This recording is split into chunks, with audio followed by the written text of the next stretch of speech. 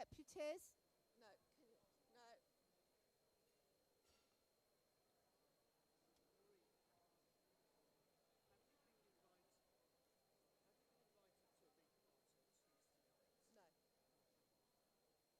Deputies?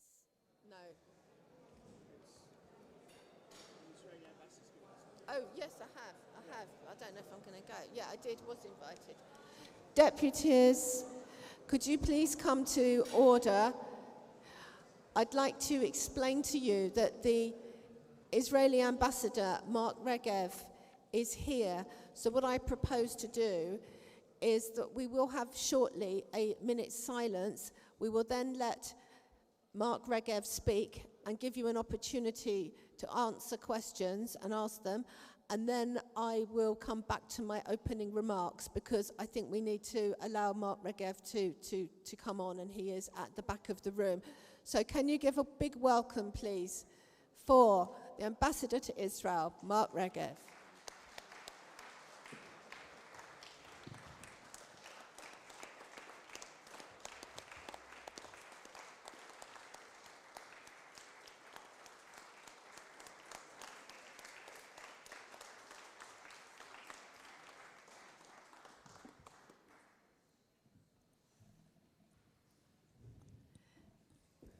Deputies, since our last meeting, there have been 2 more horrific terrorist attacks in Sri Lanka and then in San Diego. These confirm the continued threat of the far right and Islamic extremism. Laurie Gilbert, we will all agree, died of heroin in the Chabad synagogue in San Diego, and our thoughts and prayers are with her and her family and everyone who was injured. I'd now like you to ask to stand for 1 minute's silence, please.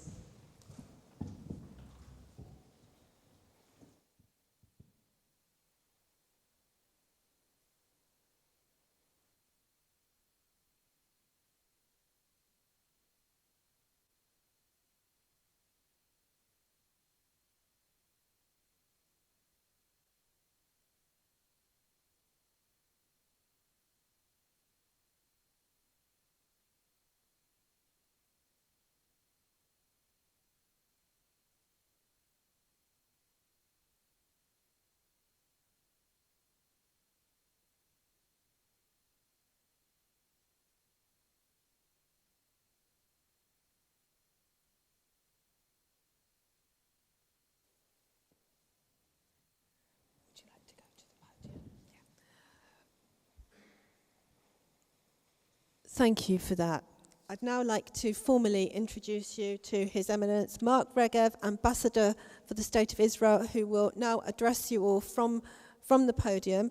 And after that time, he will allow you to ask some questions. But I'd like to stress, and I'm sure Mark will agree, we would like concise questions and not statements, please, from people.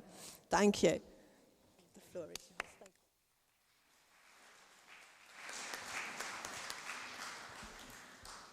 Good morning, or as we say in Israel, Boker Tov. Madam President, deputies, friends, 4 days ago was the 15th of May, which was the English day that the British Mandate ended, and David Ben-Gurion declared Israel's independence. So we've just celebrated Israel's 71st birthday. And I thought, in speaking to the board, and I remembered on my way here this morning, that I think speaking to the board was the first public meeting that I did when I arrived in Britain as the new Israeli ambassador just over 3 years ago. So when we look back at Israel's 7 decades, and we all know that those 7 decades were not always easy, they were not always painless, and we had a stark reminder of that just last month with the problems for the Israelis on the Gaza border. But despite the struggles and the sacrifices, I believe everyone in this room today, and all the communities, all the organizations, all the synagogues that all of you represent, I think all of us together can be truly proud of Israel's achievements over these past 7 decades. And with your permission, this morning I want to share with you 7 reasons, one for each decade, why I believe we can all be truly proud of Israel. And I'll do it briefly to leave lots of time for questions. Reason number 1, we can be proud, and it needs to be said, the Israeli Defense Forces, the IDF, Tzahal. From the Jewish people being a stateless and persecuted people upon whom countries once closed their doors, from being on the receiving end of discrimination, persecution, and genocide. Today, the Jewish people can defend ourselves by ourselves against those who would do us harm, because today, thanks to the IDF, the brave young men and women of the IDF, the people of Israel are sovereign, we are strong, and we are free. Reason 2, I believe, we can be proud of Israel. Democracy. Last month, as you all know, millions of Israeli voters went to the polls and elected the 21st Knesset. Together, they chose between 40 different political parties. And together, the Israeli voters proved yet again that Israeli democracy is strong, it is vibrant, and it is thriving. This in a region where free, open, and competitive elections are somewhat scarce like water in the desert. In fact, Israel stands out, and I believe we can be truly proud of this, as a beacon of freedom and pluralism. Reason 3 why we can all be proud of Israel: innovation. Israeli doctors are curing the incurable. Israeli researchers are solving the unsolvable. Israeli high-tech startups are changing the unchangeable. Israel may be a small country, physically we're the size of Wales. But today, Israel is undoubtedly a high-tech superpower. We can be proud of that. Reason 4, culture. From David Grossman winning the Booker Prize, from Gal Gadot, Israel's internationally renowned Wonder Woman, from Eurovision in Tel Aviv. I'm sure at least some of you watched Eurovision last night. I think the world just doesn't admire Israeli culture. The world isn't just fascinated by Israeli culture. The world is literally enthralled by Israeli culture. Now, if you think the ambassador is exaggerating just a touch, I'd urge you, when you finish your meetings today, to go home and just look at your Netflix and see how many Israeli Hebrew programs are on Netflix. And believe me, it's not just for us, the Jews. Reason 5, and I've just said the word Hebrew. It may come as a surprise to you that what was a century ago considered a dead language, like Latin, only for books and maybe for prayers, today more people speak Hebrew than many European languages. In 2019, more people speak Hebrew than Croatian, Danish, or Slovak. More people speak Hebrew than Estonian, Finnish, or Maltese. More people speak Hebrew than Latvian, Lithuanian, or Norwegian. The rebirth of Hebrew is, in many ways, a modern miracle. As we say in Hanukkah, Nes Gadol Haya Sham. I'm coming to the end, don't worry. Reason 6, happiness. In spite of Israel's many challenges, and we have our challenges, the United Nations The UN, not always known as being a reliable source of pro-Israel information, correct? The United Nations every year publishes the World Happiness Index. And the most recent index, that index from last year, from 2018, shows that the Israelis are really, really happy. According to the UN, the Israelis are happier than the French. That is itself interesting because France won the World Cup in 2018. You'd think the French would have a reason to be happy, but no, Israelis were happier. Israelis, according to the UN, are happier than the Americans. Despite all their wealth and power, Israelis are happier than Americans. And according to the UN, and I hope you won't take this personally, Israelis are happier than Brits.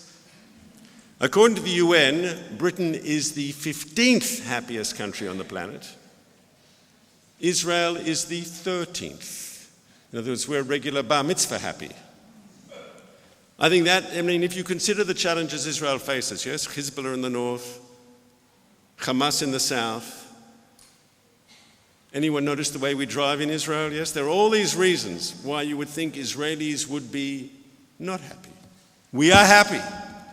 We're definitely doing something right.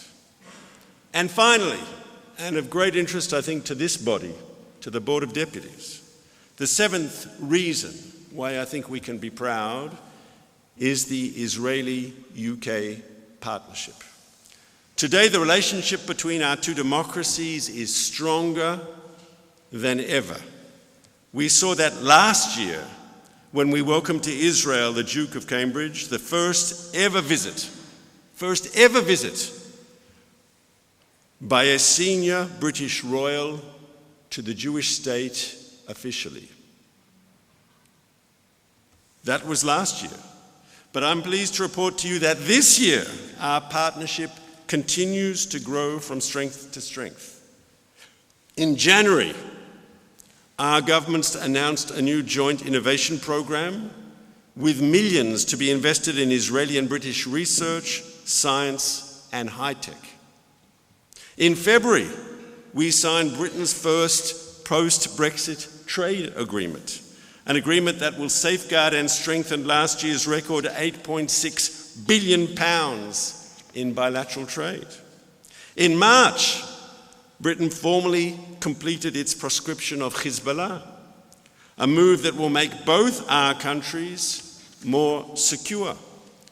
And in April, we welcomed to Israel the British military's Chief of General Staff, a visit that demonstrated before the entire world the strength of UK-Israel defence cooperation. So for these 7 reasons and many, many, many more, I believe we can be proud of Israel. We can be proud of the Israel-UK relationship and the strength of that relationship. And we can look back with pride on Israel's last 71 years. And if the last 71 years are any indication, as we look forward to the next 71 and the 71 after that, I believe we can look forward to more, even greater success in the future. Thank you all very much.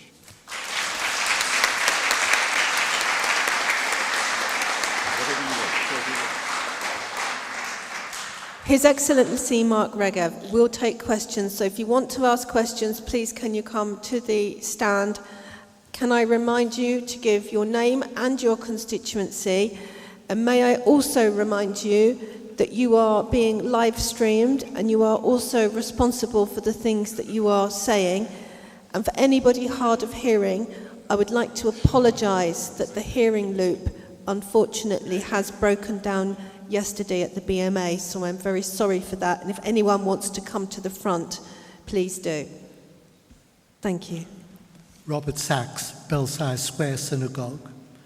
Thank you, Your Excellency, for a very upbeat report. I have to say, I feel very concerned about the growth of the movement to boycott and divest in Israel. We, the deputies, could play a part in combating that. I don't feel that we are, and I don't feel that we are because we're not empowered to do so. My question to you, Your Excellencies, could the Embassy provide education for the Board of Deputies? I, for example, represent a community. I could go back, as could each Thank you, Robert. deputy, We do to want- his community and Thank you, Robert. We haven't got that help much time. to combat that. Thank you very much. Can I remind you, please, because it's very gracious of His Excellency to take questions. Can we, thank you for your question, but can we have concise questions? Thank you. So on the issue of the boycott, I want you to know that in real terms, the boycott is an extraordinary failure. Because people have been talking about boycotting in Israel in this country for, I don't know, a decade or so, and yet the trade between Israel and the UK just continues to go up. As I said in my remarks, last year we reached £8.6 billion in bilateral trade. That was up from £7 billion in 2017. That was up 20% from 2016. So we're seeing a constant increase in the trade. The exact opposite is happening in the real world. We have to fight the boycott movement not because they're winning, they're losing. We have to fight them because they are wrong and they are spreading libels and they are a modern manifestation of anti-Semitism. And the German parliament just last Friday passed a resolution saying exactly that those calling for a boycott of Israel, that is a modern manifestation of a very ancient hatred. And I will be very interested to see if other countries in Europe follow the German example on this. Thank you. Susan? Susan Pascoe, no Israel Community. I wanted to ask you about the role of the embassy and your role as ambassador in relation to the torrent of anti-Semitism within the Labour Party. Thank you. I think, obviously, anti-Semitism has to be fought wherever it raises its ugly head. And I want to take this opportunity to praise the board for leading the struggle representing British Jews. It's been a difficult time to be a leader of the Jewish community of the United Kingdom. And in these difficult years, I think it's almost unprecedented. The board has shown leadership, the board has shown strength, the board has faced the challenges head on with commitment and with conviction. And it's very important because this is I think, and I don't speak for British Jews, I speak for the State of Israel, but it's definitely a difficult time. Many people thought anti-Semitism was a relic from the past, yes? Many people thought anti-Semitism was some historic evil that would slowly become extinct, yes? Especially after the horrors of the Second World War and the Holocaust. But unfortunately, we've seen resurgent anti-Semitism across Europe as we just stood in silence in North America. And unfortunately, according to CST's data, it's on the rise in this country too. And I can tell the board, and I can assure each and every one of you, that in the fight against anti-Semitism, we are with you, we are your partner, and whatever we can do to help the board, to help British Jewry, we are with you. Thank you. Brian Gadala, Finchley Synagogue. First of all, may I start by thanking the Ambassador for his comments this morning. I'm sure everybody here would agree they have enhanced our meeting. Having been at the Yom HaAtzmaut celebration at Kinloss a couple of weeks ago, perhaps you'll excuse me a slight feeling of déjà vu. Yeah, I did change some of it, though. Your last point about the extent of cooperation between the United Kingdom and Israel leads me to the question, how do you see that relationship developing should, chas v'chalila, Jeremy Corbyn and his associates, Yimach Shemom, ever form the government of this country? So when my Prime Minister was here last and he did an interview, it wasn't the last time he was here, it was the time before that. Every time he comes, I ask him to do an interview, and he did an interview for Andrew Marr. He was asked that exact question. And he answered the following way: we see a very positive relationship between the two countries. We see it in the economic side, and I just pointed to the trade figures, which is prosperity and jobs in both countries. And we see that growing. That's good for Brits, that's good for Israelis. We see that in the defense and security side, which is very robust. I didn't say it in my remarks, but in addition to the visit by the most senior British man in uniform to Israel just in April, Israeli Air Force pilots are coming here this year at the invitation of the RAF to participate for the first time in an exercise called Cobra Warrior, where our pilots and British pilots will be flying training exercises in British skies. It's never happened before. And those two are public manifestations of a very close and, as I said, robust defense partnership, most of which we don't talk about, yes? It's like the iceberg, yes? You only talk about the 1/7 that is visible. But and that partnership is, I believe, keeping both of us, both the citizens of the United Kingdom and the citizens of Israel, safer.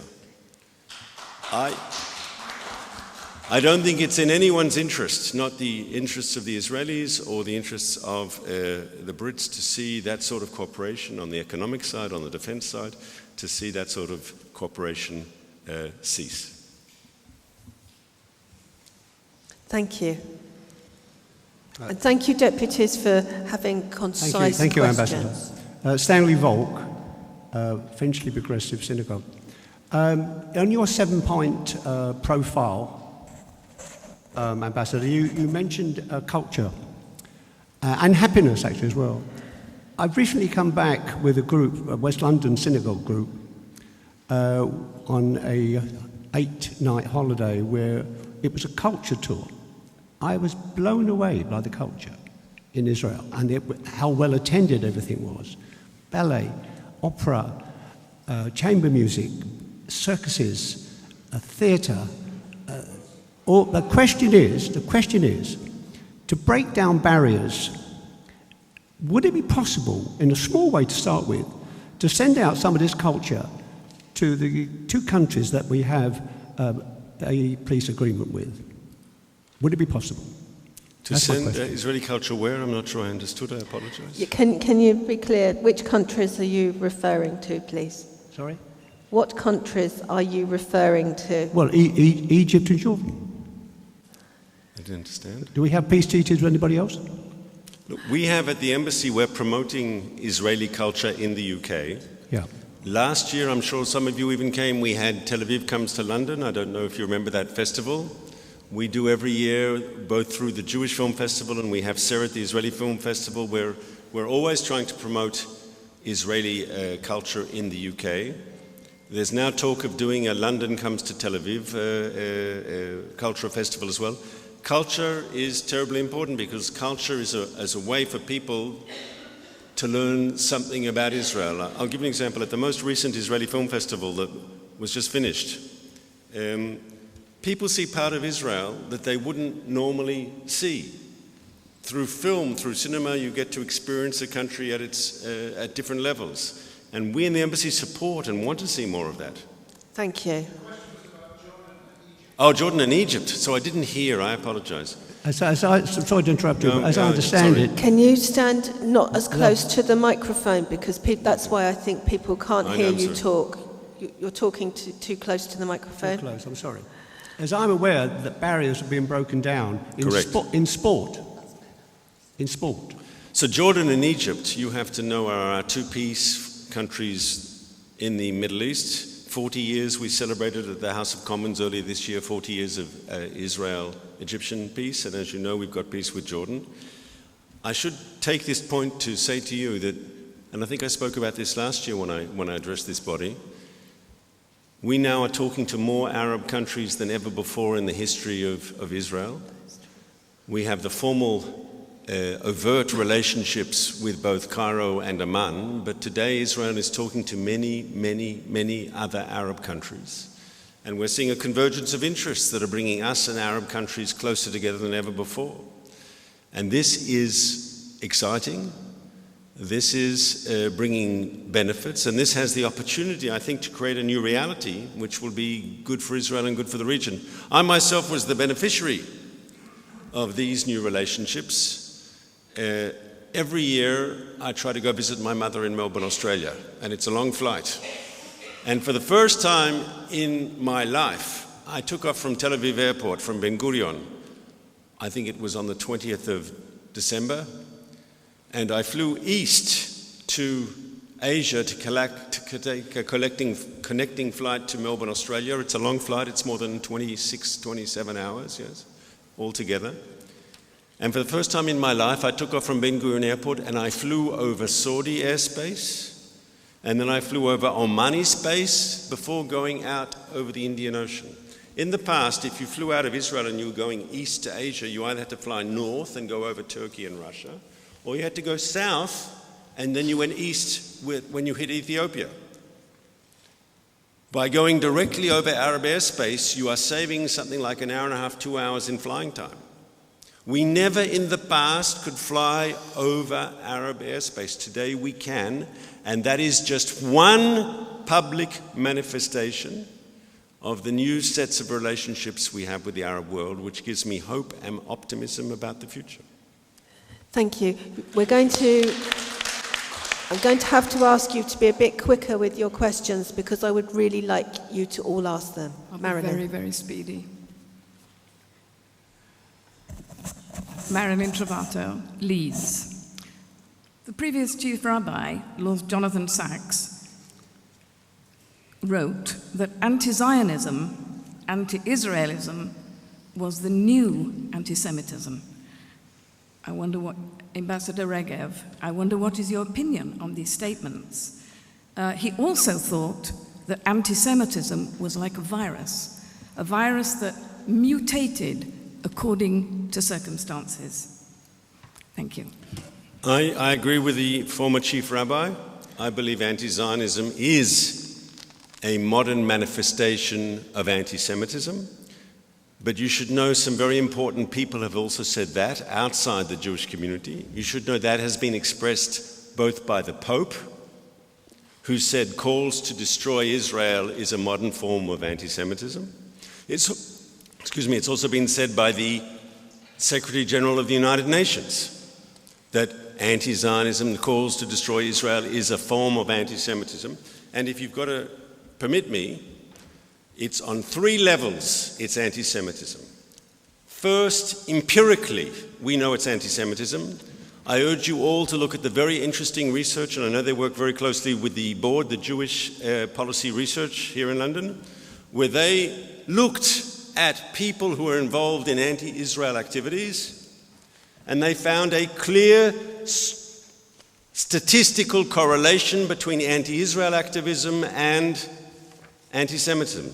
So statistically, we know there's a relationship between anti-Zionism and anti-Semitism. Secondly, we know it empirically, because when one goes to the websites, and it was just published in this week in the Evening Standard, but we've seen it in other papers before, when people actually get into these pro-Palestinian so-called websites and these talk groups and so forth, Facebook chats and all this, it was exposed with the Palestinian Solidarity Group in Scotland, and it was being done again and again. We know empirically that these groups that are supposedly interested in Palestinian human rights are actually hotbeds of anti-Jewish hatred, conspiracy theories, Holocaust, revisionism, and so forth and so forth.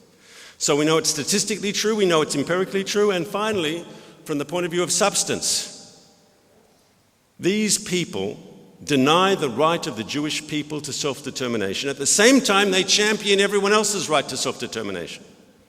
They were against the Iraq war because they said the Iraqis have to determine their own future. We support Palestinian self-determination because the Palestinian people have a right to self-determination.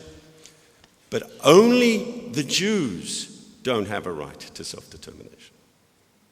Only the Jews. So when you hold the Jewish people, yes, when the desire for Jewish national self-determination is evil, it's racist, it's wrong, when everyone else has that right, you're holding the Jews to a level, to a standard you hold no one else to. And there's a word for that. So if it's empirically true, if it's statistically true, if it's substantively true, and if it's not just Mark Regev, if it's both the Secretary General of the United Nations and the Pope have all said these things, and I should say, to give him praise, the Archbishop of Canterbury, just recently has adopted IRA as the Church of England's guidelines, which is the same thing then believe, I think we all can believe, that anti-Zionism is a modern manifestation of anti-Semitism, and Rabbi Lord Sachs is 100% correct.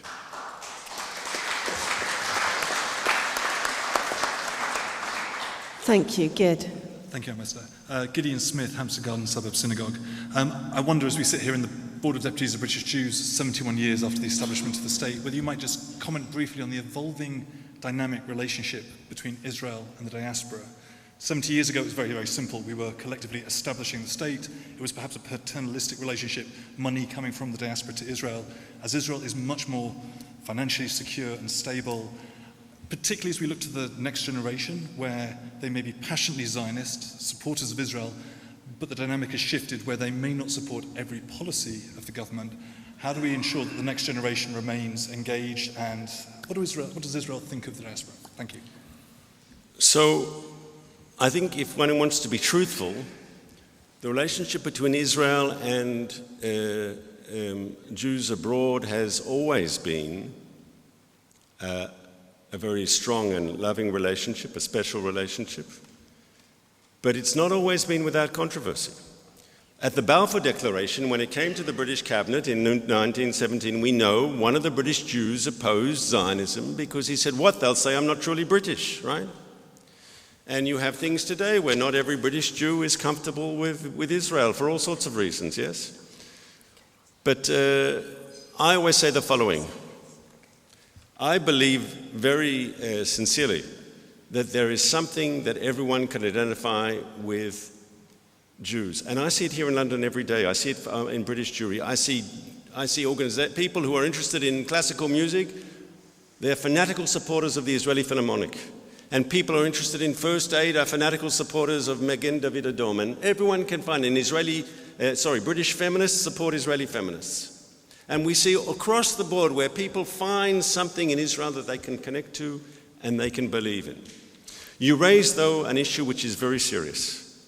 As Israel becomes increasingly affluent, what happens with philanthropy? Okay. If one wants to sell Israel like it was done 20 years ago, that we have to help our poor cousins over there in the desert, that's not anymore so correct. In fact, if you look at World Bank data, Israel's economy is chugging along, and GDP per capita, yes, in Israel is now at a European level. But then I would ask the following question. Britain is richer than Israel, but you do philanthropy here in Britain, correct? We do all sorts of philanthropy in more advanced countries. So I think we have to adjust some of the terms we use, and we have to be more relevant.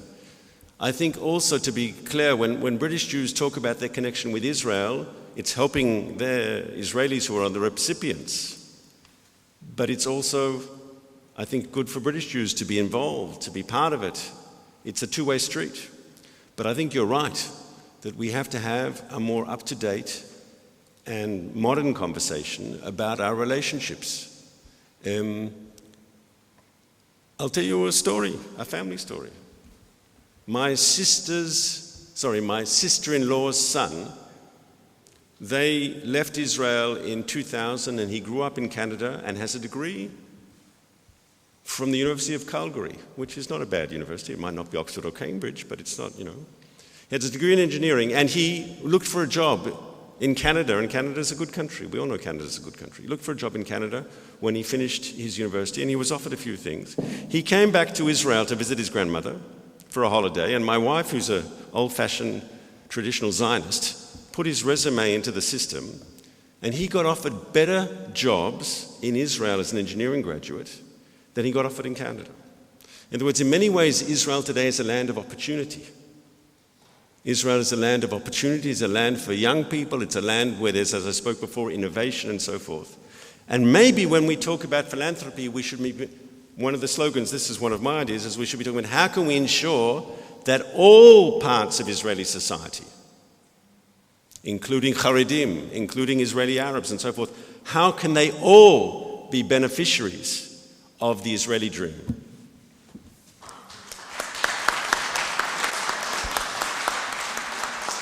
Ambassador, we know that you said you had to go. Do you have another 5 minutes? For the board, always. Thank you. Thank you. Please ask your question and be concise. Thank you. Jessica Mindell, Northwood and Pinner Liberal Synagogue. Speaking of a land of opportunities for all, I agree that it is great for Israel to be a democracy, but I would like to ask how you would propose for the entire population, including the permanent residents of Israel, to be able to vote in national elections, as that's what democracy is. I didn't understand the question. I apologize. Sorry, One more time, I didn't understand. Sorry. I'd like to ask how you would propose for the entire population of Israel, including the permanent residents, to be able to vote in the national elections, as that's what democracy is. So I'm proud to tell you that all Israelis get to vote in national elections, irrespective of gender, obviously, of ethnicity, of faith. Israel has been such since day one. All Israeli citizens get to vote. One person, one vote. The Israelis who aren't allowed to vote, and it's controversial, are Israelis who live abroad. Right? If you're an Israeli and you live in London, you can't show up at the Israeli embassy with your passport and say, I want to vote on elections. We don't allow Israelis abroad to vote. That was a decision taken by David Ben-Gurion when the state was established. I thought that Ben-Gurion's decision was based on the following logic, that he said because every Jew is entitled to Israeli citizenship, we couldn't allow the overseas communities to determine politics in Israel, and therefore only the people in Israel get to vote. There's a debate if that's still relevant. Should we allow Israelis abroad to vote? Unlike Americans who can vote wherever they want, but Israelis don't pay Israeli tax if they live abroad. So would we change that to allow them to vote? I don't know. But besides that, all Israelis get to vote. Everyone who is Israeli citizens. And if one talks about the minority communities, and this needs to be said, if one talks about the Israeli Arab community, which is about 20% of the country, and I know that there are issues of social gaps and socioeconomic inequalities that the government wants to narrow those gaps and eliminate them. But let's say, if we're talking about democracy, let's say what has to be said. Israel's Arab community is the only Arab community in the whole greater Middle East, from Morocco on the Atlantic shore through to Iraq on the borders of Central Asia. Israel's Arab community is the only Arab community in a very, very vast landmass that has consistently enjoyed democratic rights.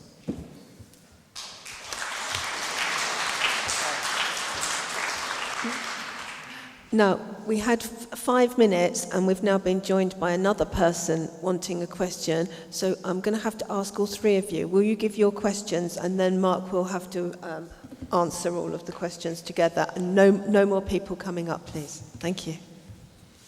Carolyn Keane, Bournemouth Hebrew Congregation.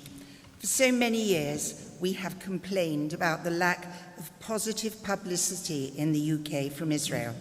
Could there not be a higher Israeli profile regarding innovation, science, medicine, high tech, and how this affects those living in the UK? Thank you. Next question. Penina Serrano, Beth Shalom Reform Synagogue, Cambridge. The question that I would like to pose today is if the ambassador would comment on the validity of there being a vote for all involved here as to whether the Board of Deputies of British Jews should completely refrain from any form of public criticism or negative comment concerning Israel's political decisions in maintaining stability and protection for its people, its land, its resources and its public relations to avoid spiralling negative repercussions in these very challenging times. Next question, please. Janet Tresman, Finchley Progressive Synagogue. Mine's a bit more upbeat.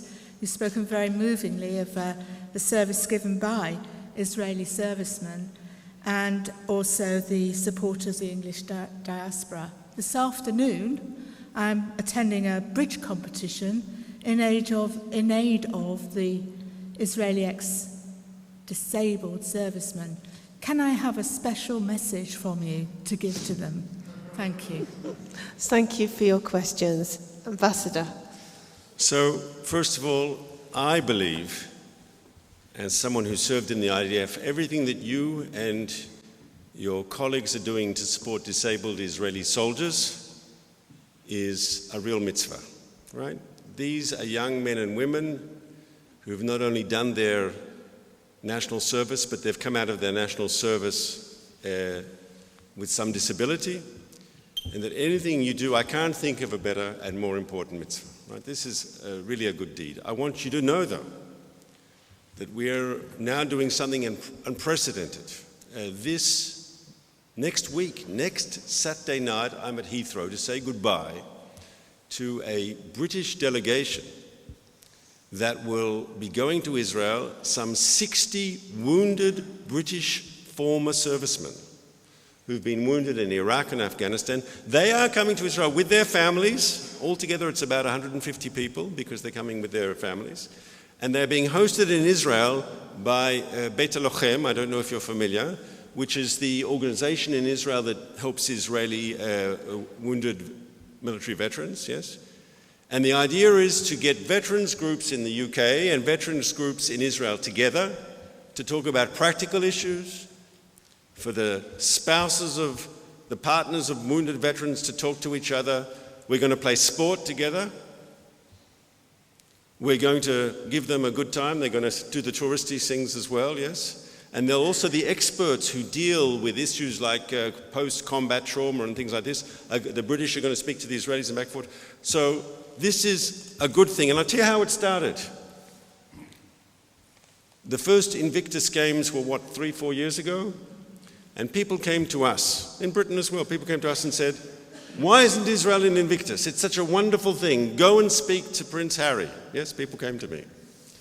And we understood that, unfortunately, from our perspective, we couldn't join Invictus because Invictus is based on the countries that fought in Afghanistan and Iraq. And there's a long list. And when we understood that we wouldn't be allowed to join Invictus anytime soon, which is, instead of just complaining, yes, we said, we'll do something ourselves.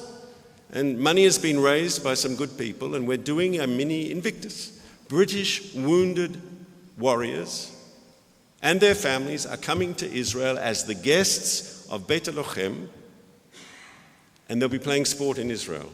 It's a good thing, and I think it's also a mitzvah.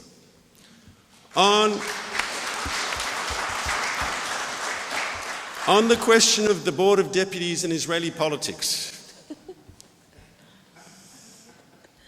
look, this is ultimately, the board has to make a decision, right? And just as amongst the Israeli political, in the Israeli body politic, you have everything from left to right, and from clericalist to anti-clericalist, and everything in between. I am of no doubt that the president of the board represents a community which is also very, very, very diverse. Correct? And that you have different opinions. But what I don't doubt is that the British Jews are very attached to Israel. British Jews love Israel. British Jews believe in the essential justice of Israel's cause. And the only thing that I would say, yes, is that obviously we appreciate the support that British Jews have given us. I mean, let's be clear, the Balfour Declaration would not have happened without British Jews. And that I think it's important that British Jews have a special responsibility I think they're aware of. And that I, as ambassador, always try to stay above party politics and represent a consensus. I think that is the right approach of Jewish bodies that represent, the different organizations that make up the board. I'm sure you have many different opinions, yes? But the board itself represents a consensus position. And I think that is probably the way it's been. And once again, if you want to change it, that's your right. I wouldn't interfere. But if that's the way I look at it. The first question was about PR, and can we do more to get what Israel is doing about high tech and medicine and to get that out there? We're trying to do more. We probably could do more. I accept that question as a challenge. Israel has a great story to tell. Right? When I said a moment ago in answer to the question about growing affluence in Israel, yes, one has to remember, some of our neighbors could dig a hole in the ground and they became rich. They had natural resources, correct? In Israel, we don't really have natural resources, though we've now discovered, you know, in the Eastern Mediterranean, we've discovered gas, which is new. And according to the geologists, together with Cyprus, and Cyprus is a very good friend, as the board knows, because the board has been dealing with the Cypriots very closely, I know. Because the joint fields that we and the Cypriots have, they say it's about as much natural gas as there is in the North Sea. So it's a lot of gas. But we didn't know that until a few years ago. We had to build a country on the assumption that we don't have natural resources, and therefore we have to invest in our human resources. And because of an investment in human resources, because of our investments in education and in quality academic institutions and in research and development, Israel is a world leader, as I said in my more formal remarks, in so many areas of science and technology and innovation. And the Israelis are becoming increasingly affluent because of that. And so that's a story that needs to be told. I believe, and with this I'll say my last sentence because you have other more important things to discuss. But I believe very firmly, if anyone looks back at David Ben-Gurion in May 1948, declaring the State of Israel, and looking where the State of Israel is today, I have no doubt that by any objective criteria, the State of Israel is an unprecedented story of success. And British Jewry that has been there all these years standing side by side with the State of Israel, if Israel is a success, I know it is. You, as British Jews, you as the Board of Deputies, can be proud in the part that you have played in that success. Thank you all very much.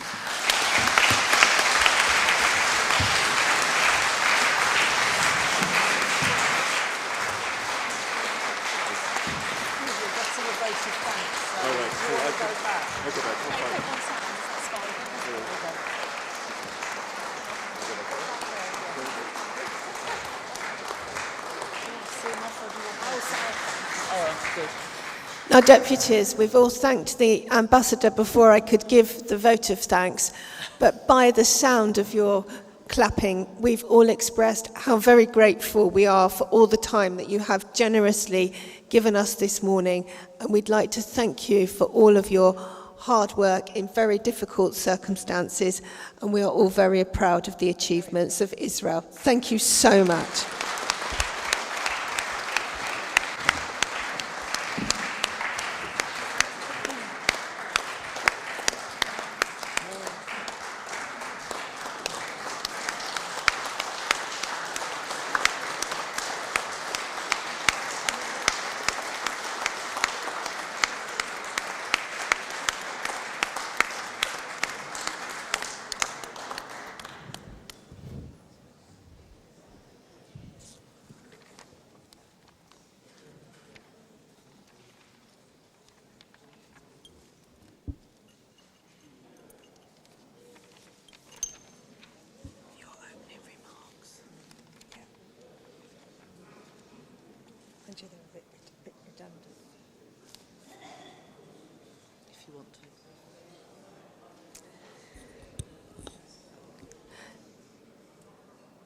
Deputies, I want to thank you for the way that you asked the Ambassador questions, because we had a lot of questions and I found that to be very constructive.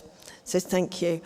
My opening remarks are slightly redundant because Mark has spoken first, but I wanted to express my pride in Israel, particularly last night. I'm sure lots of you were up late watching Eurovision. And I wanted to give my congratulations to the Netherlands, to Duncan Lawrence. And I think it was incredible for Tel Aviv as I said in my earlier statement, to be able to open up its doors to artists and visitors from all over the world and bringing people together through music to see the beauty, joy and culture of Israel. And deputies, there's more than one way to bring people together. I also wanted to pay tribute to the generosity of Chelsea Football Club and the New England Revolution Football Club, who gave a charity match near Boston to blow the whistle on hate. And that raised about $4 million, which is going to go to the fight to fight against anti-Semitism across the world. And the owners of the two football clubs, I understand, were incredibly generous. They've given about $1 million each. And I think that was a very, very special thing to do. And this was organised following the massacre at the Pittsburgh synagogue last year. So I think that football and sport and culture, as Mark has said, is playing a major part in how we as a people can come together. So I wanted to be able to give that tribute. May I also ask David Katz if he would also come to the microphone, because he's going to give a short tribute for the late Dr. Lottie Newman. David.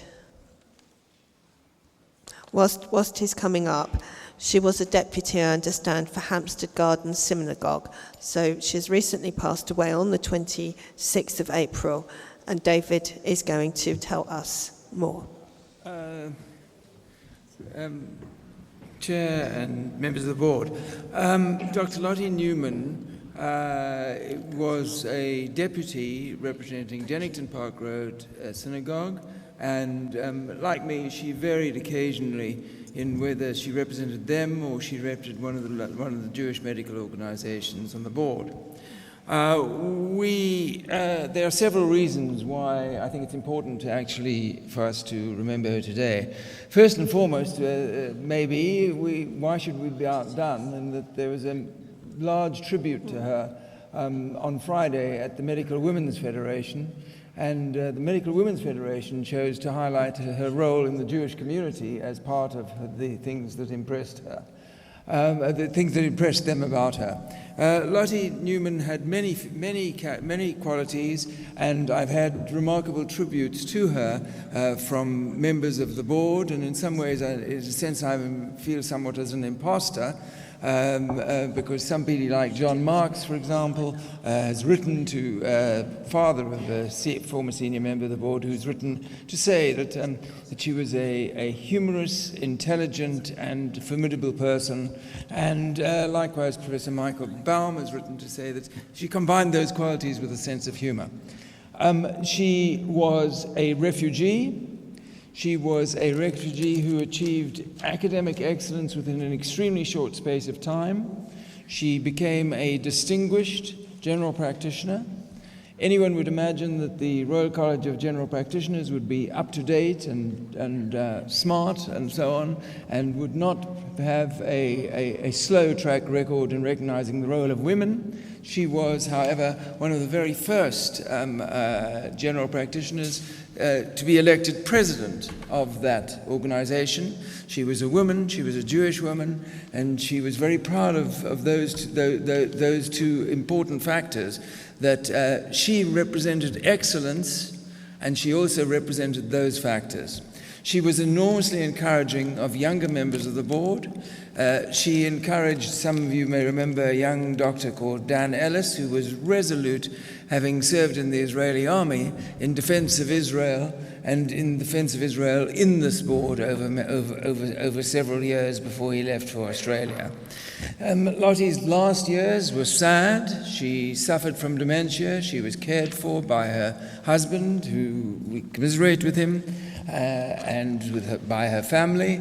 And she was also cared for by her doctor, who was Dr. Adrian Naftlin, who, of course, again is the husband of a member of the board. I say this because I'm slightly regarded, maybe regarded as an imposter. I should have had a woman doctor to come and pay this tribute. I was fortified by a discussion that I once had with Lottie in public about an issue which resonates also about the issue of anti-Semitism. The problem of discrimination against women is not necessarily a problem for women. It's a problem for men to stand up and recognize it. And it was that thought that she left with me. And the other thought that she left with me was the thought that the best way for women to cope with men on committees is for them to read all the papers and to make sure that they've got all the facts better than the men that are there. So with that way, that's the reason why I brought some notes along for me to remember this today. Thank you.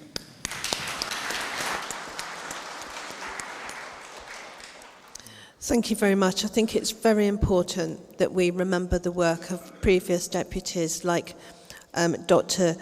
Lottie Newman. And can I just confirm that she was, for some of you, if there's any confusion, she was also known by the name Aronson, which is in the President's statement. But thank you very, very much, David. That's very appreciated. Can I turn now, please, to the minutes of the board meeting held on the 17th of March.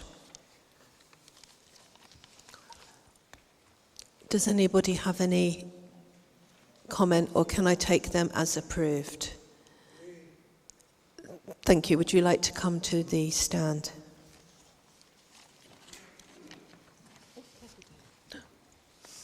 We've got time. David Farby, Finchley Reform. Just a brief point or a question or a request. I don't know about you, but I got my minutes mid to late Thursday afternoon, that is to say, sort of 1 1/3 working days before this meeting. This was for a meeting held some many weeks ago.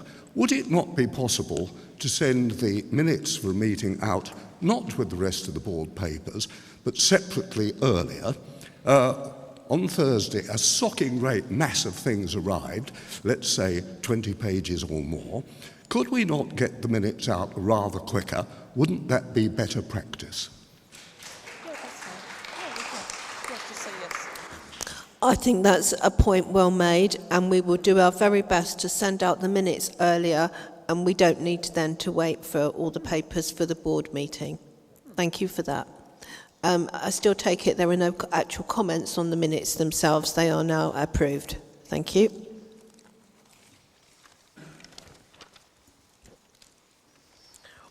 Moving on to the President's statement.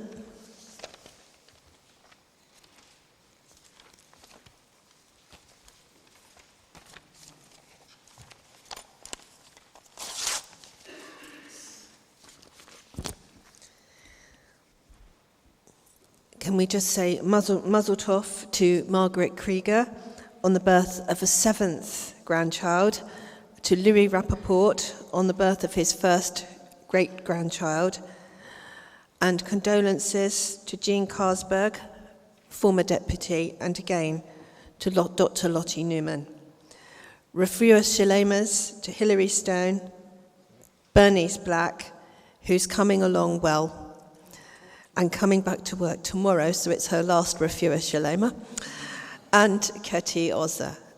We wish everybody well.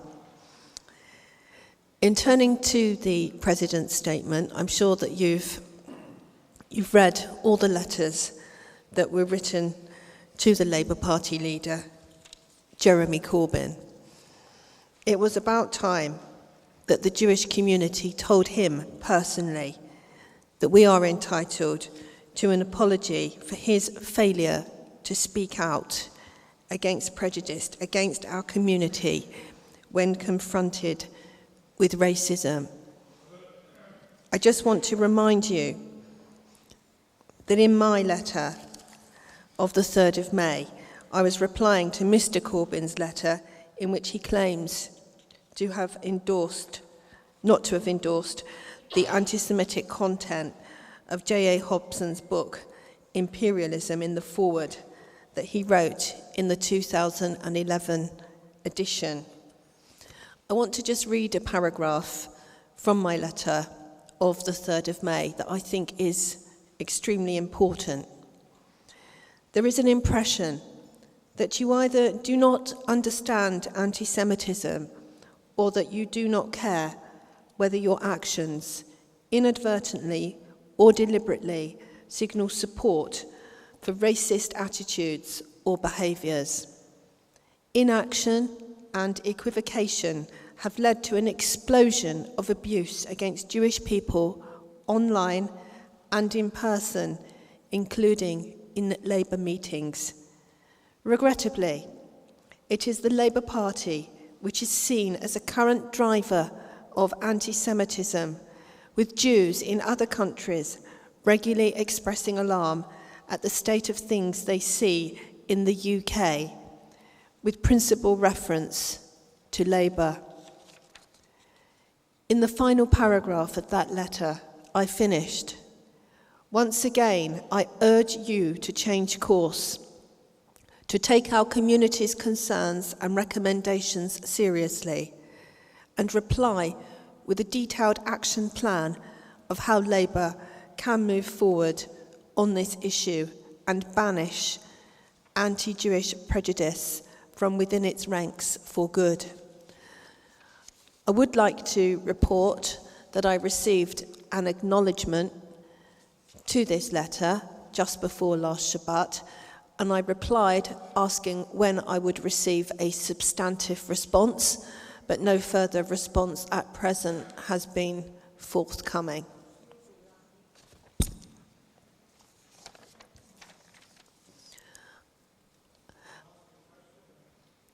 Okay, I'm very happy for you to ask questions. Can you please come to the stand? Please come, can you all come to the stand? I think there's Louise Ellman. Can Louise please ask her question first? Now, can I just please remind deputies that you're all responsible for what you say, you're being live streamed, and could you make sure that you ask questions or put your points concisely, not long statements, because you've got 1.5 minutes. Okay, Lionel. Lionel Koplowitz, Senior Past President. Mr. President, I've read many presidents' statements over the years. I want to take this opportunity of congratulating you on the very brilliant letter that you wrote to Jeremy Corbyn. I think you covered all the points clearly and succinctly, and I think that you deserve the total applause and approbation of the board for the manner in which you carried this out. Thank you.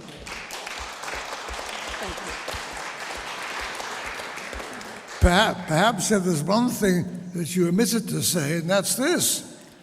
The word Corbyn is a very suitable one for him. After Corbyn is in Hebrew is korban, which is a sacrifice. And I think we should sacrifice him for all the trouble that he has caused. I'd just like to remind you that you are being live streamed.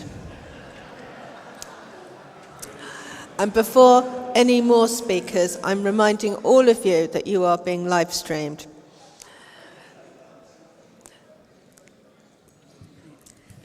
Louise Ellman, Jewish Labour Movement, and I too would like to congratulate the President for her continued targeted challenges to the Labour Party and Jeremy Corbyn as the leader of the Labour Party on Labour's appalling anti-Semitism.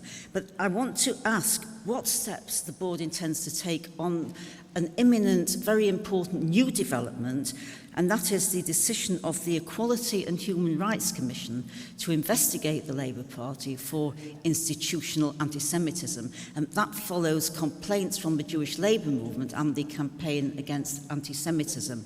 And I wondered if the board has any intention of giving evidence to the Commission, may have already done so, as it pursues that. At this point, the Commission has stated its intention to investigate. It will be giving a final view very shortly on how it intends to proceed and the scope of that investigation. I think it's very, very important that we use that opportunity and that we always remember that when we talk about anti-Semitism, when we complain about anti-Semitism in the Labour Party as elsewhere, we remember this is not just about Jewish people, it's about the nature of our whole society, and it therefore affects everybody. Thank you. Thank you. That's an excellent question. So it's my understanding that we are waiting for final confirmation that the Equalities and Human Rights Commission will investigate. Once they confirm that is the position, the Commission will then have statutory powers to investigate, and they will have resources to be able to conduct that investigation. And of course, the board is certainly very, very happy and will want to play a part in that and to give evidence to the Commission. I think it's likely to be a long investigation. From what we've been reading, they've certainly got lots and lots of evidence of anti-Semitism. It appears to me to be quite overwhelming in terms of the evidence that's being given, but the Board of Deputies will absolutely play its full part, as it would in any case of racism and discrimination. And as Louise Ullman MP has just said, this is something that is of huge concern to Jews and non-Jews alike. The last time a political party was investigated by the Commission was the BNP, and it's a shame on the Labour Party, shame to them that they are going to be investigated. We will play our part. Maurice Lawson of Reading Hebrew Congregation. Instead of asking for apologies from Jeremy Corbyn, why are we not asking him to resign?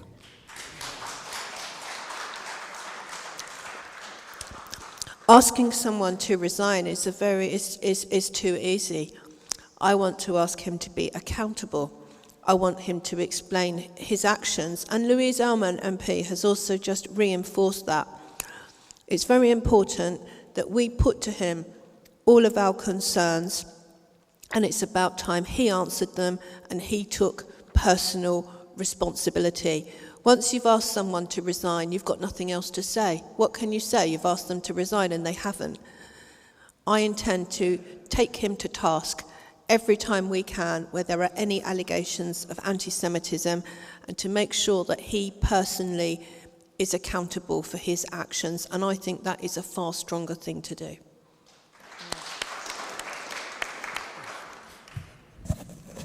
David Shafir, Mosaic Reform Synagogue. Accountability for anti-Semitism, not just in the Labour Party but elsewhere, is the basis of my question. We heard about, and many of us may have seen, the BBC programme on Gaza earlier this week. As a former BBC executive myself, I'm acutely aware that the BBC is responsible, of course, for its programme output, whether produced in-house or it's acquired or commissioned, and that dubbing and subtitles are even more closely to be scrutinised because of the risk of being, to use the popular term, lost in translation. It's therefore, in my view, simply not acceptable to claim, for the BBC spokesman to claim, that the producer translating Yahud, i.e. Jew, as Israeli, believed in the context of a conversation which was with a Palestinian about Hamas propaganda that he, the Palestinian, was referring to killing Israelis rather than to killing Jews, including, of course, British Jews, per Hamas's charter. So whilst I welcome the statement by Senior Vice President Sheila Gvolb, I urge the President to further escalate the matter, if you haven't already, to the BBC's Director General and suggest that you complain that even if unwittingly or inadvertently, as I suspect they will insist it was, the BBC has at best failed to call out anti-Semitism and at worst casually empowered anti-Semitic discourse. I agree with that, and in the challenging times that we face, it's highly irresponsible for them not to have checked that translation. Absolutely. Thank you for that. Thank you. Jonathan Goldblum, Marseille Synagogue. I have no doubt, and I told the President before she was elected, that she's a very sincere person, and she is doing, and courageous, and is doing the best she can. I can think of somebody else, Mrs. May, but that's another matter. who doesn't get any appreciation from people who know better than she is. Anyway, but the point, what worries me is this a wise... We all agree with the aim, but is this the wise way to deal with things? As somebody who knows a bit of a history, we found time and time again, it's not words that matter, it's actions that matter.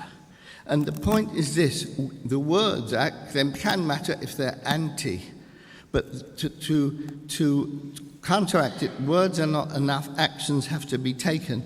And there must be a point where we say sorry for our own dignity, that we say, I'm sorry, we can't accept this. What have we heard in the last weeks? We've heard the putative foreign minister saying that Israel should move its embassy to Tel Aviv.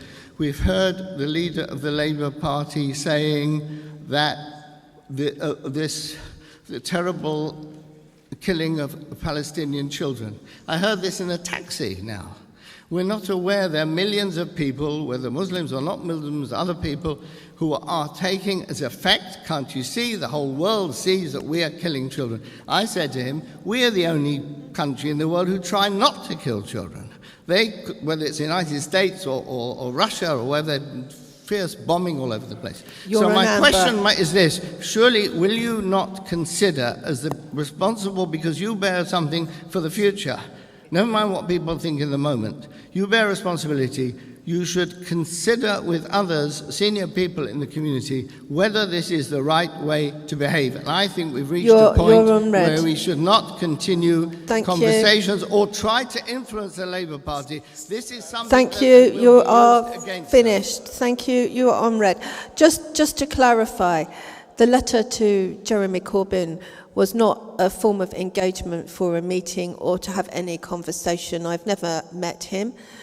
The letter is holding him to account. And if you think it's dignified to no longer hold people to account, what will happen then? Just like I have to admire that the Jewish Labour movement didn't disaffiliate themselves from Labour, because if you do that and don't engage to fight and hold people to account, that then will leave a vacuum. For example, that would have led to Jewish Voices for Labour coming in. There is no way that anti-Semitism cannot be challenged, and it has to be continually challenged, and there is no room for silence. And silence has not paid dividends in the past.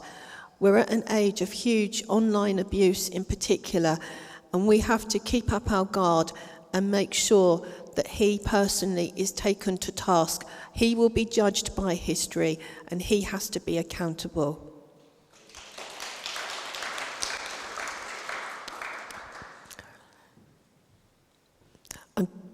Next, please.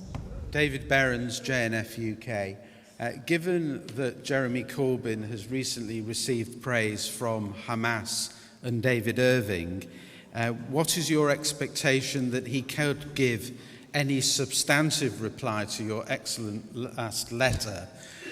And flowing from that, if there is no substantive reply, what are your red lines in terms of dealing with Jeremy Corbyn and an institutionally anti-Semitic party?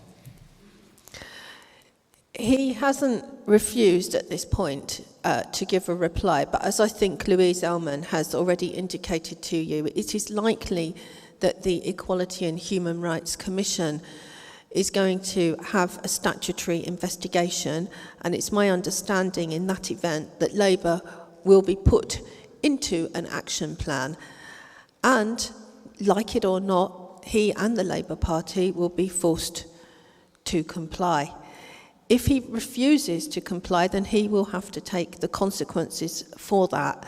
Whether we anticipate he will reply, that is a matter for him, and that doesn't mean that we stay silent. We have to continue to hold him to account. The world needs to know that he is not responding to serious allegations, and he's not going to get a free pass from anybody at the Board of Deputies. Thank you. Hello, Anthony Adler from St Albans Majority Synagogue. I know many deputies fear that if Labour wins a general election and Jeremy Corbyn becomes our next Prime Minister, anti-Semites will feel emboldened in their prejudice and hatred. It is as likely our next Prime Minister will be chosen not by the general public, but by Conservative MPs and members of the Conservative Party. I ask you to imagine how British Muslims might feel about the prospect of Islamophobes who might be emboldened if the next occupant of 10 Downing Street is Steve Baker, or Michael Gove, or Boris Johnson. You may remember that on a number of occasions I have asked why the board has not supported calls from British Muslims for an inquiry into Islamophobia in the Conservative Party. On the last occasion that matter was raised, Madam President, you advised me that in the absence of a definition of Islamophobia, the board was unable to support calls for such an inquiry. Since our meeting in Manchester, the All-Party Parliamentary Group on British Muslims has published its rigorous and workable definition of Islamophobia. It's widely, though like the IHRA, not universally well received. Nonetheless, the Conservative government has said it will not adopt the definition. Since the board's meeting in Manchester, a dossier Deputies, I appreciate there are very strong feelings about what's being said, but can you please not interrupt the question? We can respond afterwards. Since the board's meeting in Manchester, a dossier of over 100 alleged Islamophobic and racist messages posted on social media by self-avowed members of the Conservative Party has received considerable well-deserved attention. The Equalities and Human Rights Commission has since written to the Conservative Party on this matter and is awaiting their response. I worry that the board's refusal to speak out on this issue is hypocritical. Madam President, you have just said it's no time for silence against injustice and prejudice. When will our silence end, and how can it look to those outside our community if we demand from others what we are unwilling to give to our neighbours? Thank you. Now, we must to make it absolutely clear that at the Board of Deputies, we oppose all forms of racism. I have continued throughout my presidency and when I was a vice president to call out hatred against Muslims. I'm very opposed to any form of anti-Muslim hatred. One of my first acts with the chief rabbi was to host an iftar, and I have spent a lot of time going up and down the country into mosques, for example, to try and have a better relationship with the Muslim community, because it's very important to bear in mind all those things that we have in common. I particularly found this in my work with the coroners, because we jointly tackled the issues that we were facing. And as Jews, we cannot defeat anti-Semitism alone. We need to stand with other minority communities. We all support a definition for anti-Muslim hatred, because that is something that the Conservative Party also have to address.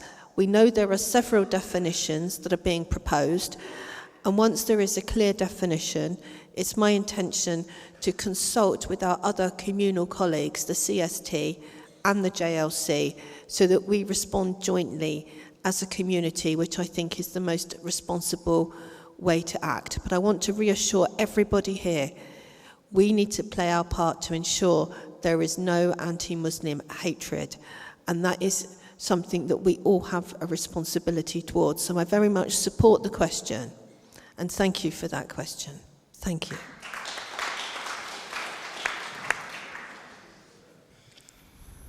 Malvin Benjamin, Hendon United Synagogue. I think, frankly, and associating myself with the remarks of Dr. Lionel Kopelovitz, that you have done a terrific job. You have led from the front. You have protected the rights and privileges of our community, and we're very much in your debt. Thank you. A few months ago, I had said that there was no point in having a dialogue with the Labour Party until it cleans out its act, because it certainly won't do so under the leadership of Jeremy Corbyn and John McDonnell. I believe that is still the position, and may well be the position in a few months' time. We have also been privileged to have the Jewish press very much on our side, and the Jewish Chronicle in particular has shone its light on instances of anti-Semitism You're on amber, please. Throughout the UK. And it's important the community knows where its friends and where we all are. You know, a number of months ago... Thank you. Sorry, you're beyond red. Thank you.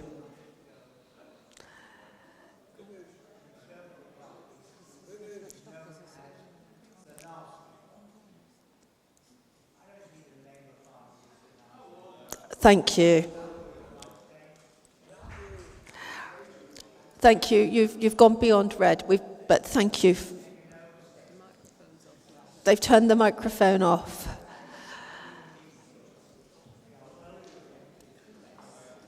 Thank you.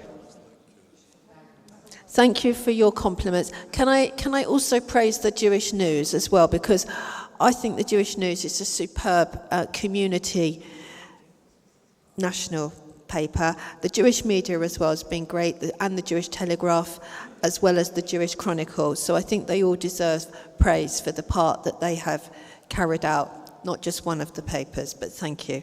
And thank you for your kind compliments.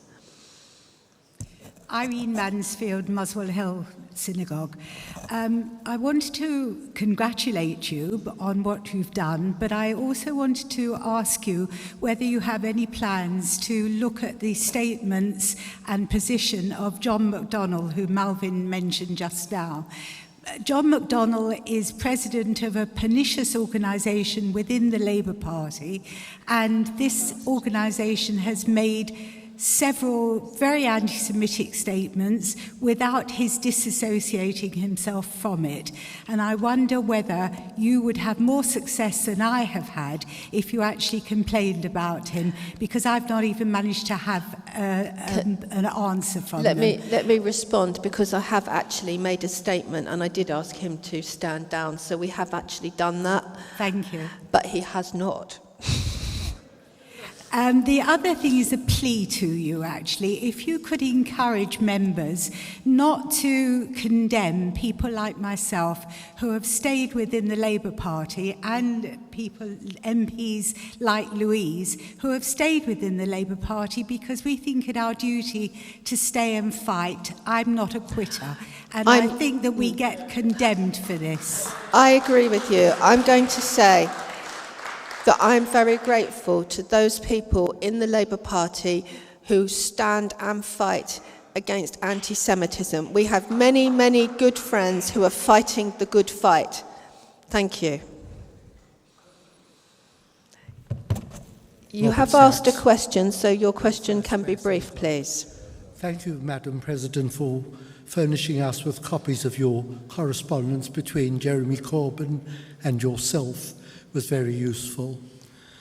I'm a little concerned that you've asked for apologies on a number of occasions. None has been forthcoming. Today, you've asserted that you are holding him responsible, and I entirely support that. I'd like you to use those words in your letters. He is accountable. Remind him from time to time in just such words.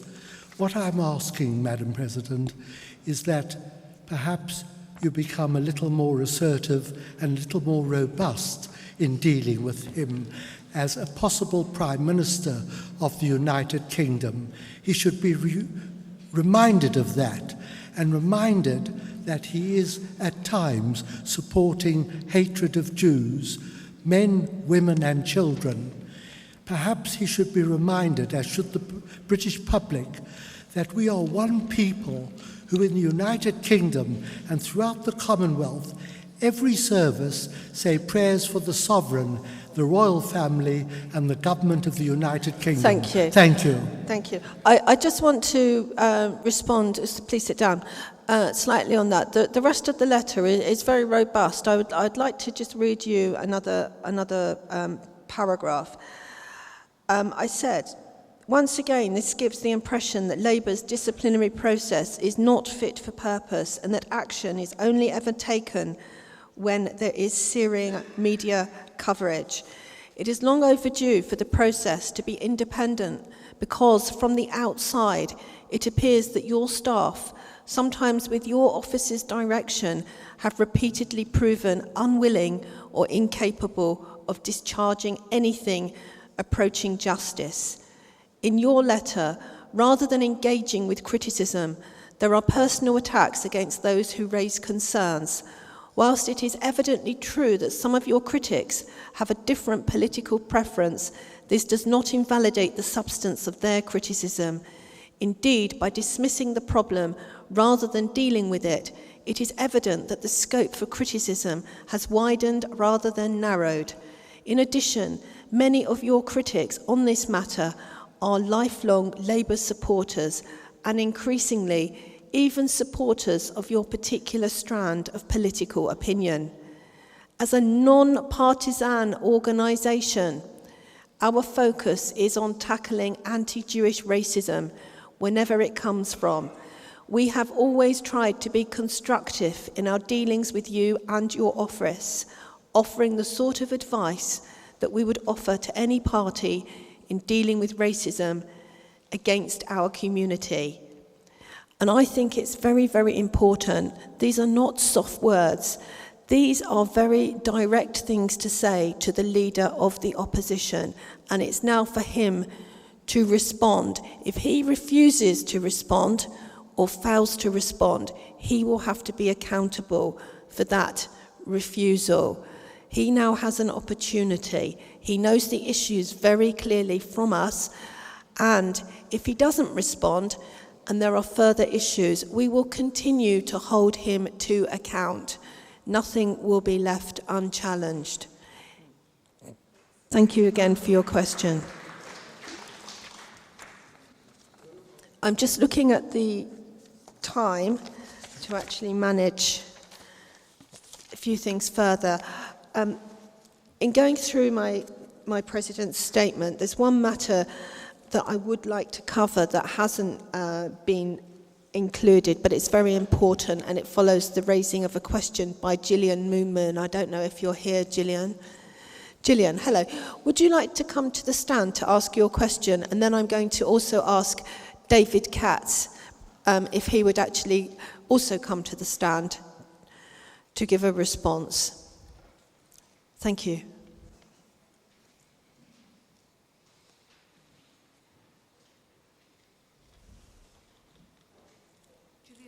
Southport Hebrew congregation.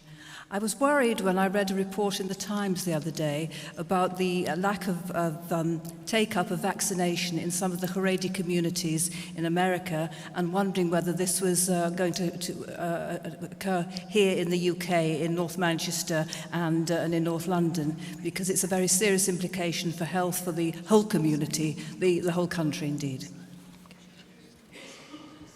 Thank you. Okay, thank you, President, and for allowing me to say this, and thank you, Gillian, for asking the question.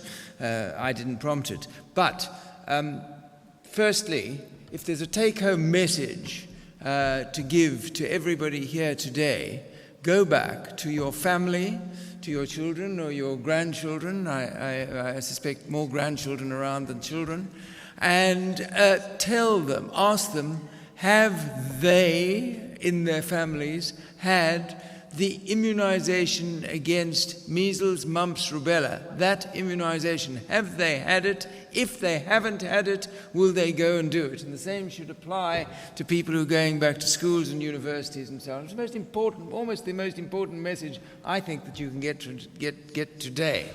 Now, there is an undoubted epidemic of measles which is going around the world.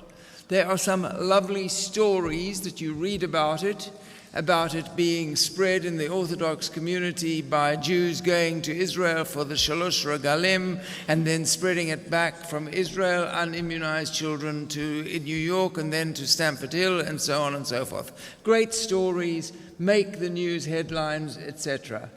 Those stories, we are not reading those stories about the other people in similar socioeconomic communities in poorer parts of many countries, and they're an easy community to track because, unfortunately, what we do is news.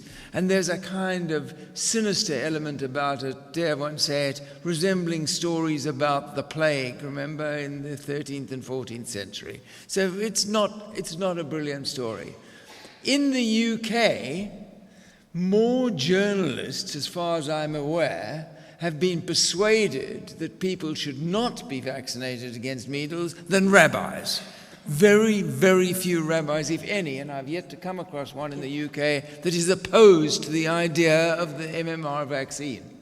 The debate in the rabbinic authorities in the UK is not about that. It's about should you be vaccinated, should you be immunized against measles, mumps, rubella on Shabbat?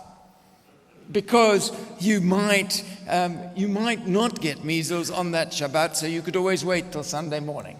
That's the kind of debate.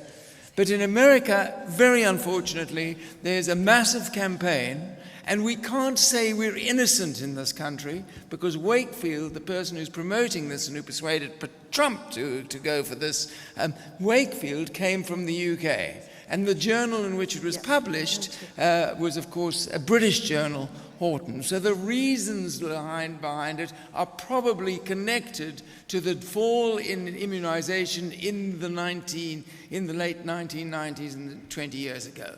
So when you go back to your communities, you should also tell them that the British government must also emphasize the importance of the health visitor system that they set up. They set up a health visitor system for our community in the East End of London. It worked very successfully. It took immunization rates amongst our Haredi community, which Gillian mentioned, from 54% to 87%, and then they cut the funding.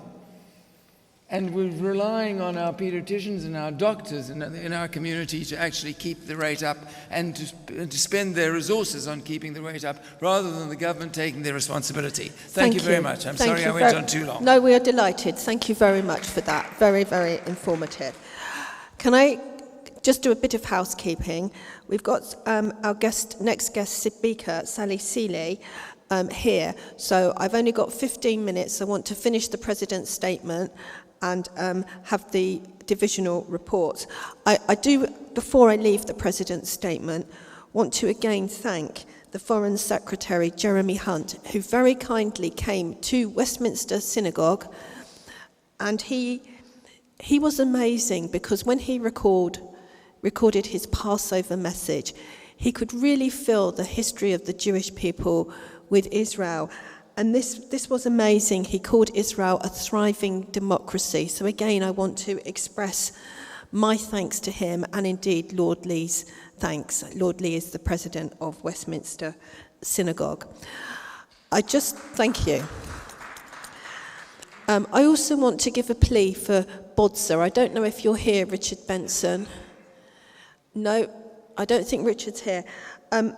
This is something that is really, really important. And as chair of Bodser, I know that Richard is seeking deputies who want to help. And Laura Marks has always driven Bodser, and I'm sure she will be delighted at the call for people to come and put their names forward. So I would urge any of you to do this. Does anyone have any more questions? Can you come to the microphone? I've put the President's statement first because you wanted longer to ask me about the President's statement, but you need to appreciate for today that's going to reduce the time for the divisional reports.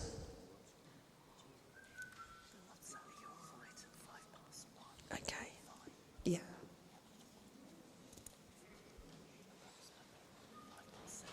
Jerry Lewis, Hampstead Synagogue. Madam President, under the heading of the far right, I just wanted to refer briefly to the elections which are taking place later this week without taking a political stance. I don't want to take any sides on the Brexit issue, but there's a plea to every deputy based on previous experience that we know when candidates stand for an election and are unsuccessful, they usually go on to stand for parliamentary seats. And that being the case, it's useful to find out if you can get to any of the candidates or get any of their literature to find out what issues are concerning them and if they need any information on matters of concern to our community. And there is one very worrying issue. The European Parliament voted just a month and a half ago, 410 votes to 192, to abolish the arrangements for how time is regulated, British summertime and wintertime. They have proposed to make it an arrangement by which we're on one time standard throughout the year. You're on amber. As Vice President of the Board in 2011, we had a very clear policy on supporting the Jewish community. Thank you. Thank you. Since when did we have only 1.5 minutes, Madam President? We have 1.5 minutes today because we have a very full programme. Can I just finish my sentence? No, I'm sorry, we're finished. Thank you. So I can't finish my sentence? No. Thank you. We're finished. We have to move on. We've got a guest speaker outside. We haven't done the division reports. Thank you. No more. We're finished. You've already had a question. Well, thank you very much. Could you please sit down then? We need to move on. No, I'm sorry. We have to have rules, and you've already spoken. So thank you very much. Please sit down. And I'm very sorry if the hearing loop is not on, but please sit down. I'd like to move on to the divisional reports. And again, I'm sorry, we're very, very tightly pushed for time. And I want people to have a chance to ask questions on the divisional reports. Obviously, Amanda Bowman gives her apologies. She's not here today. So I'd like to thank the Vice Chair, Gary Mond, for standing in her place. Stuart, could you please present the divisional report for the Finance and Organisation Division, followed by Sheila Giewolb, International. Okay. Good day to you all. There's some speaking in the front row, please. I can't hear myself think, believe it or not. I am going to be quick. I'll simply say that on this occasion, if you have operational or detailed questions, come to me separately in the interest of time. There's no sense in which we wouldn't wish to address them. I'll just give you the biggest things that aren't necessarily in the divisional report, which I'm sure that you have all read and taken on board. And any of you who are going off to my right, who come back with questions, up to you. Okay, firstly, congratulations to Sid Braham, who heads the audit working group, because I think that he's had a grandchild level event, which hasn't been covered already. Speaking of the audit, Greg, our Finance and Operations Director, and Gillian and I sat with the auditors to review the progress of the audit so far. There is a bit more work being done around that, but it will end up going through the very thorough process we have, where it gets reviewed by the Finance and Operations Division once the audit working group, which consists of 5 people headed by Sid, has looked at it, and we will get it cleared by the trustees as well. It looks provisionally like our continuing objective to be in overall operating balance will be maintained. And equally, in terms of developments, I'm pleased to say that some short-term losses that were made within the investment portfolio, which were far, far less than what were experienced by the markets in general towards the end of last year, have been recouped. So that is benign. The one continuing concern that I have is twofold, but it's about income. Community contributions. Some of you are brilliant with what you've been doing to encourage your movements and your synagogues or other organizations to support us. It's our main source of income. Some of you are free riding.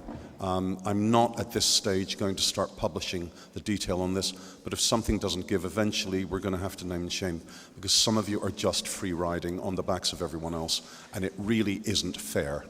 And I would encourage you, if you're not clear as to what your synagogue is contributing, you're welcome to contact the board's offices. We will provide you with the figures and anything that you need to go back and encourage your synagogue to make sure that the money, the community contribution comes to us. But some of you are free riding. The other thing, with a slightly more benign twist, is some of you have come forward already to assist with the dinner. But if you are able to bring guests, please make yourselves known to the board's offices. If you can be a table host, please get hold of Sheila Gawolb. If you can help with advertising and sponsorship, and I must thank in particular Ruth Friedman and Gay Jewell for the work they have already done in that regard, please make yourselves known. We really need your help for the President's dinner. It's terribly important to us. That's all I have to say at this juncture. As I said earlier, if any of you have detailed or operational questions, it might be better on this one occasion to come back to me later. That's it.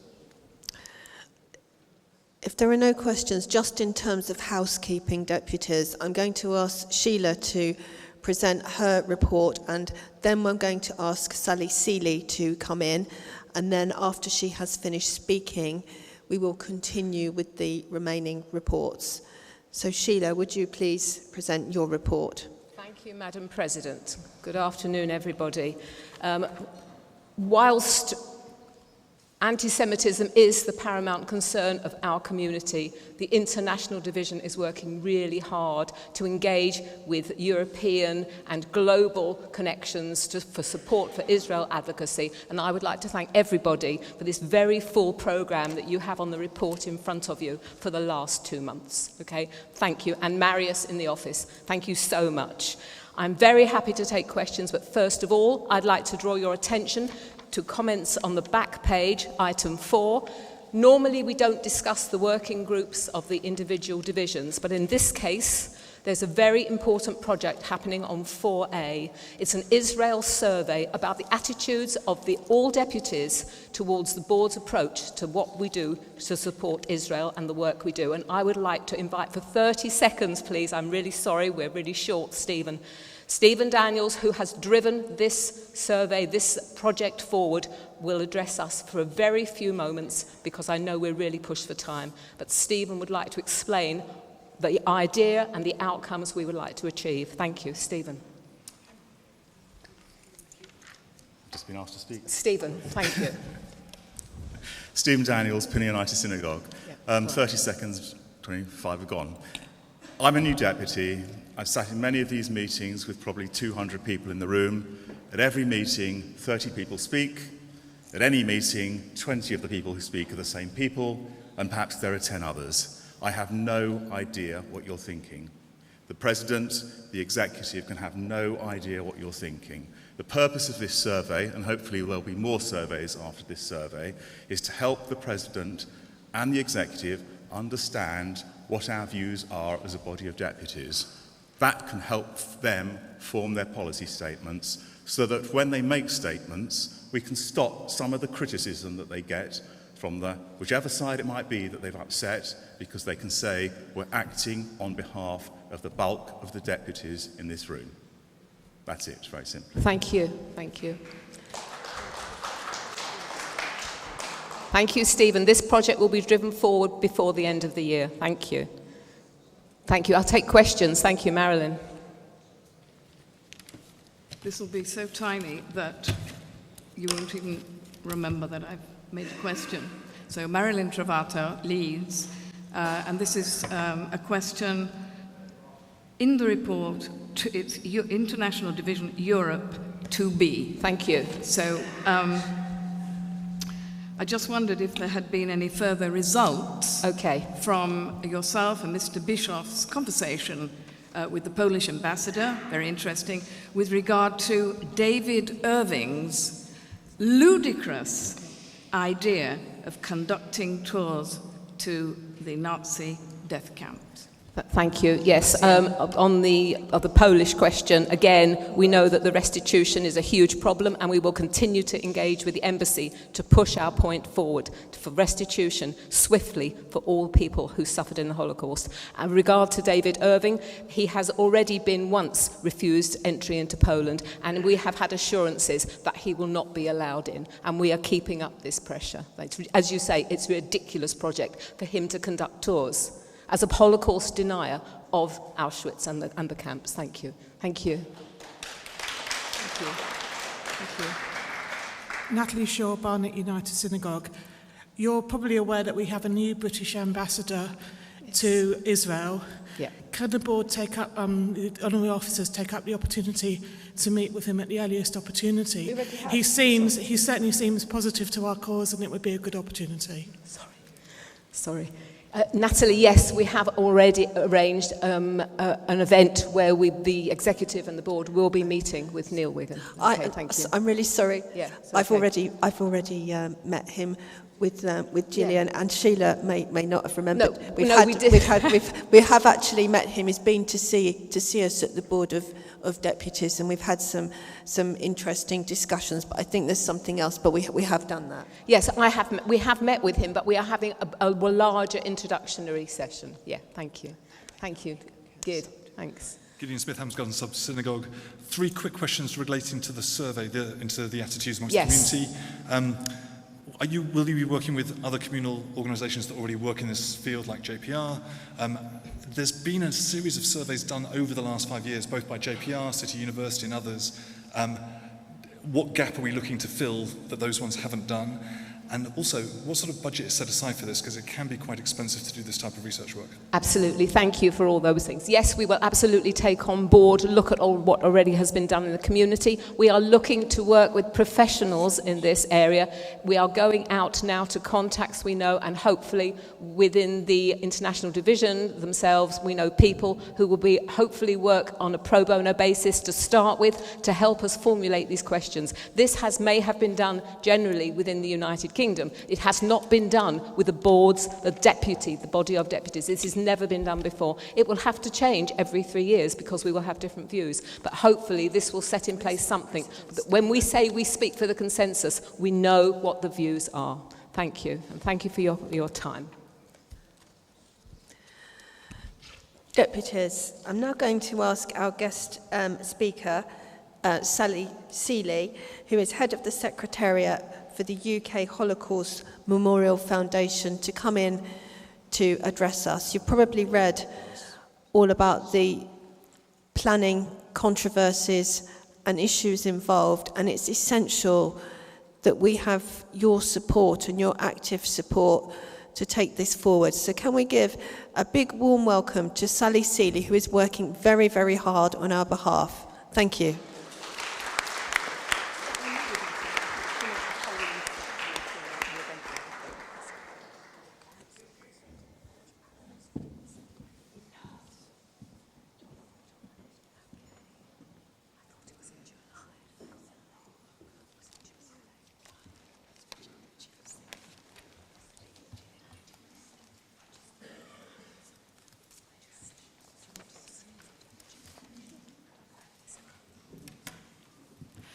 Thank you so much for inviting us to the Board of Deputies meeting. I know that we're the last sort of show before you go home, so we'll be quick because I'm sure everybody's itching to leave. So I think the most important thing is, so I head up the UK Holocaust Memorial Foundation Secretariat, and our main aim is to get as many people to support the memorial as possible.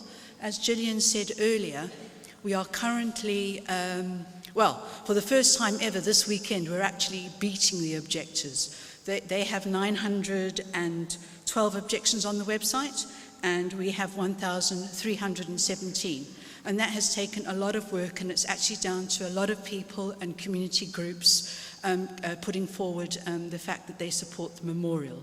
And the key thing is that we're not saying that people shouldn't object to the memorial if they want to. That isn't the issue. Many people that are objecting are local residents, and they don't want the memorial in Westminster. And that is, they've got their reasons. There's limited green space, possibly.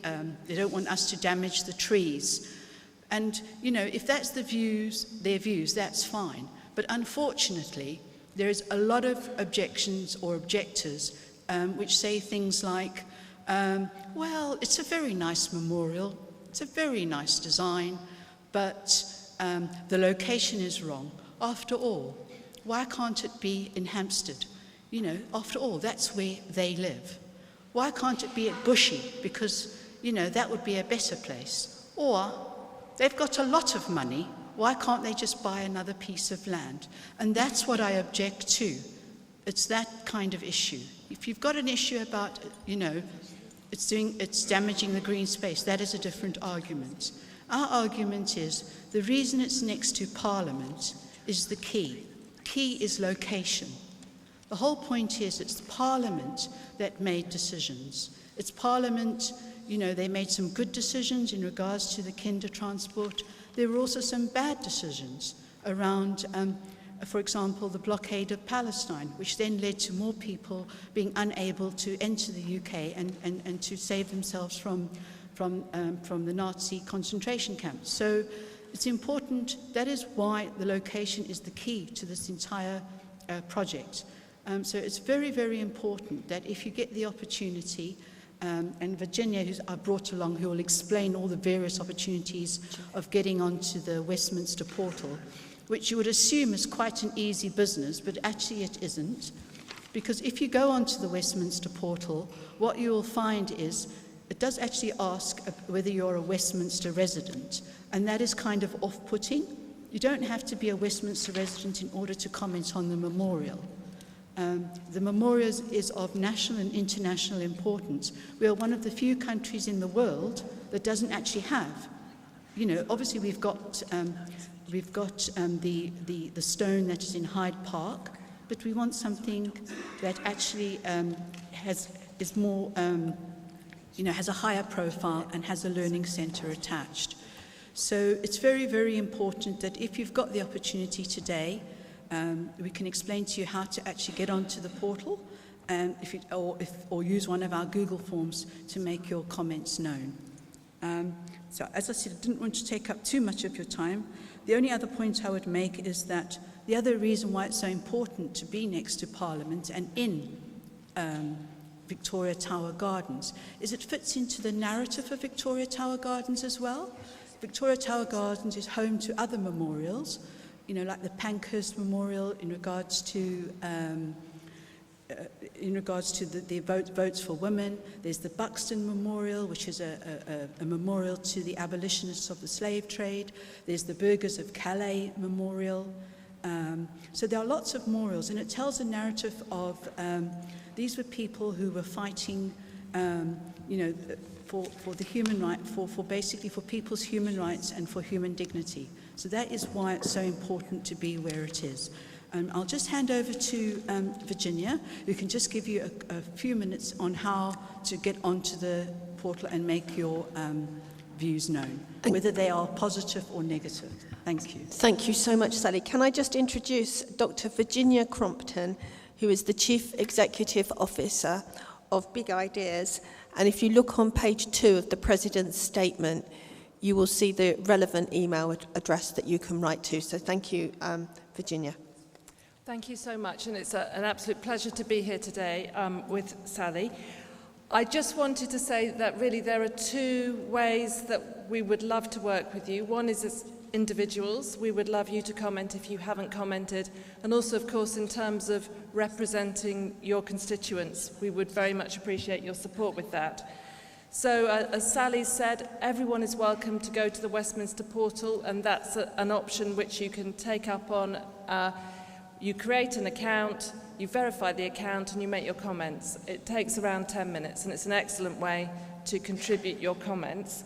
In addition to that, we've created a Google form which simplifies the process, and then we'll arrange for your comments to be uploaded.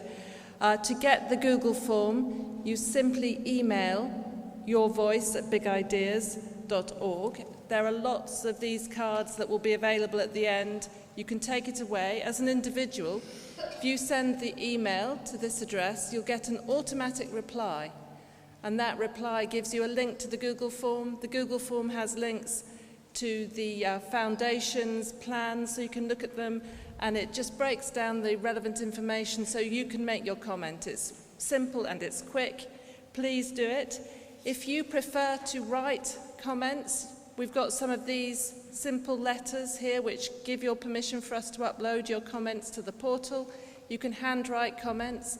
If you would like us to send paper letterheads like this to you to give to your constituents, we're delighted to. Again, use the Your Voice email. Tell us what you want. There's an automatic reply to the Google form, but we also answer any questions you put in the email. Just let us know what you want. If you would like to sign up so that we can contact you, have a phone call, have a conversation, meet up, we're delighted to work with you, and we've brought all these different ways to be in touch. So you can go direct to the portal, pick up a card, email Your Voice, sign up and we will email you. We can phone you if you don't use email, write a letter. Basically, we'll do whatever we can to help you comment and to help your constituents comment. We've also got little comms packages, so we've got this lovely image of the portal of the memorial as it will appear, that we can send you, that you can put in a newsletter. We can send you simple copy, we can send you links, and we can talk to you about any other way in which you think your constituents would like to share their views. So basically, we're here to help you. We need your help. It's really encouraging to see that the story of how people are responding to the memorial has changed so much, and that's very much down to support from people already in this room. So thank you for that, and please do keep talking to us and take us up on these. So I'm going to run to the back now and be there with letters and sign-ups and cards. Thank you so much. Now, thank you for that. There are a few people that have got some questions, and Sally has very kindly said that she'll take questions, so come to the microphone. But deputies, this really is also a call for action. Your help is really, really needed to try and get every support we can for the memorial. And Laura Marks, if you're still here, I did see you before, perhaps you might want to, thank you. Would you like to come up as well? Perhaps you might have some words that you want to say. Anyone who's asking something, can you please be brief and concise, and do not please make statements, and we have not finished the divisional reports yet. And please give your name and constituency. And Sally, thank you for offering to ask questions. Would you like to sit down or return to? If you're happy, fine. Thank you. Thank you. Sally, my name's Joe Millis. I'm the Deputy for Bromley Reformed Synagogue. Do you not think that the controversy surrounding this has detracted from it? That's one. Second, there are other spaces in London, not Hampstead.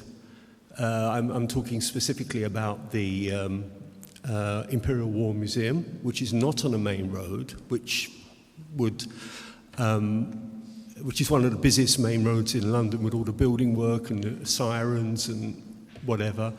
Central London, if anybody's worked in Central London or gone through Central London recently, will see that it's a magnet for poor souls who have been hit by the austerity and live in doorways. So it would be a magnet for homeless people, unfortunately. Do you not think that due to all these things and others, perhaps it's better not to have it in such a small space where there is a children's playground and it's only about 200 metres long, the whole park? Thank you. Lights, thank you. Right, can I just explain for housekeeping? We have to leave here at 1:30, which is only in 18 minutes. So can you please be brief? And you're going to have to put all of your questions together, and Sally will give a generic response, because we have to finish the divisional reports, otherwise we will have to leave part finished. Next question. And I don't know where the traffic lights have gone, so please can you be brief? They've walked off. Mary Ray Neely from Western Marble Arch, a resident of Westminster and member of a secular amenities society. They tried to persuade us, the objectors, to object, and our committee wanted to object.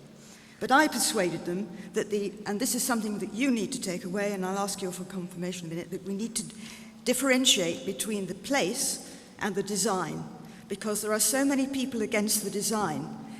My committee decided to support, and 100% support, the place, but not the design, and I think that is one of the issues that you need to bring forward, and I'm asking you to differentiate between the design and the place, because if you do that, you may well get a lot more support than you're getting at the moment, because most people have conflated the two together, and you're either for it or against it, whereas in fact, the local authority would prefer the design, if there's a separate issue, for you to raise it. Thank you. So can you differentiate? Thank you. Dorry, you have to be really brief. I've got 16 minutes. Dorry Schmetterling, New West End Synagogue in Bayswater. When I submitted my comment of support to the portal, I did read some of the objections. I have some familiarity with the local council planning process, I have to say. I saw also the one that suggests putting it in at the Imperial War Museum for certain reasons. But my question to you is that in reaction to the criticisms on design and so on, there's been a counter-proposal to reduce the above-ground size, and I wondered if you could comment on that. And the second thing is, one of the criticisms was, I can't remember from whom, that the content, the below-ground educational content, was inadequate. And I'll be interested in your comments as well. Thank you. Thank you. And I asked Laura to come to the stand just to hear her comment to put to Sally, and then Sally will respond and we will finish the division reports. Hello, Deputies. I represent the Association of Jewish Women, but I also am here now because I chair the Holocaust Memorial Day Trust. And so we've been working with Sally and with the organisation that's running the memorial is called the UK HMF, the UK Holocaust Memorial Foundation. Just to clarify, it's a different organisation. I think I've just come back, interestingly, from the March of the Living. I don't know how many of you have been on the March of the Living, but it is a 5-day trip to Poland to visit the sites of the Holocaust. And it also takes a much longer look back at the history of Jews in Poland, therefore effectively in Europe, because it's where most of the Jews were. And I was on a very interesting bus because it was an interfaith bus. So there were people who were Muslims, Christians, Jews, Hindus, and Sikhs on this bus. And what was really striking about it was, first of all, how little people from other faith groups, and therefore we can assume from other backgrounds, know about the history of Jews in Poland, and particularly about the Holocaust, but also about how they really don't understand how profoundly it affects Jewish identity and anti-Semitism in Britain today. Now, I personally believe that we have to mark every genocide that existed. There wasn't only the Holocaust, but equally I believe that we must remember, and we must be proud to remember. Proud's the wrong word. We must be vocal in remembering what happened in the Holocaust. Because not only was it terrible in its own right, but it also shows what can happen when hatred gets out of hand. And that can happen again today. And the Holocaust Memorial, exactly how it's going to end up being, exactly how it's going to end up looking, exactly what the Learning Centre underneath is going to be about, it's very, very important that British people today understand what happens when hatred gets out of hand, what happened in the Holocaust when hatred got out of hand, and what can happen moving forward when hatred gets out of hand. And therefore, even if you've got issues with exactly what it's going to look like, exactly what it's going to be, all of those things, I think it's very important that we stand up and say the Holocaust must be remembered. And one of the ways of doing that is by supporting this memorial. Thank you, Laura. I second all of that. And I also want you to know that Gerald Ronson wrote to me to express his thanks for our support for the memorial from the community briefing. So Sally will briefly respond to those points. Thank you, Sally. Thank you. So the point about the controversy, I think most sort of memorials of this nature, there's controversy. For example, Bomber Command, that was a previous memorial, there was controversy around that. It's natural for people who live in a particular area to feel, that they don't want it in their backyard. So I don't think controversy about where it should be placed is something that should stop us, because I suspect that most new buildings, there's always a controversy around them. In regards to, it would be in a better place, for example, the Imperial War Museum. We have a good relationship with the Imperial War Museum. We have an understanding. Our Memorial and Learning Centre is not going to be the same as the Imperial War Museum. The Imperial War Museum looks at the annals of the Holocaust from start to finish. Our Learning Centre will look at the decisions that Parliament made. That is the key to why it's where it is. It's about those decisions. What did Parliament know in the early 1930s? What was the reaction of the government? What was the reaction of the local community? What was the reaction of individuals? Some individuals did good. Other individuals, like the various fascist parties in this country, Mosley, what were they doing? So look at the Channel Islands, which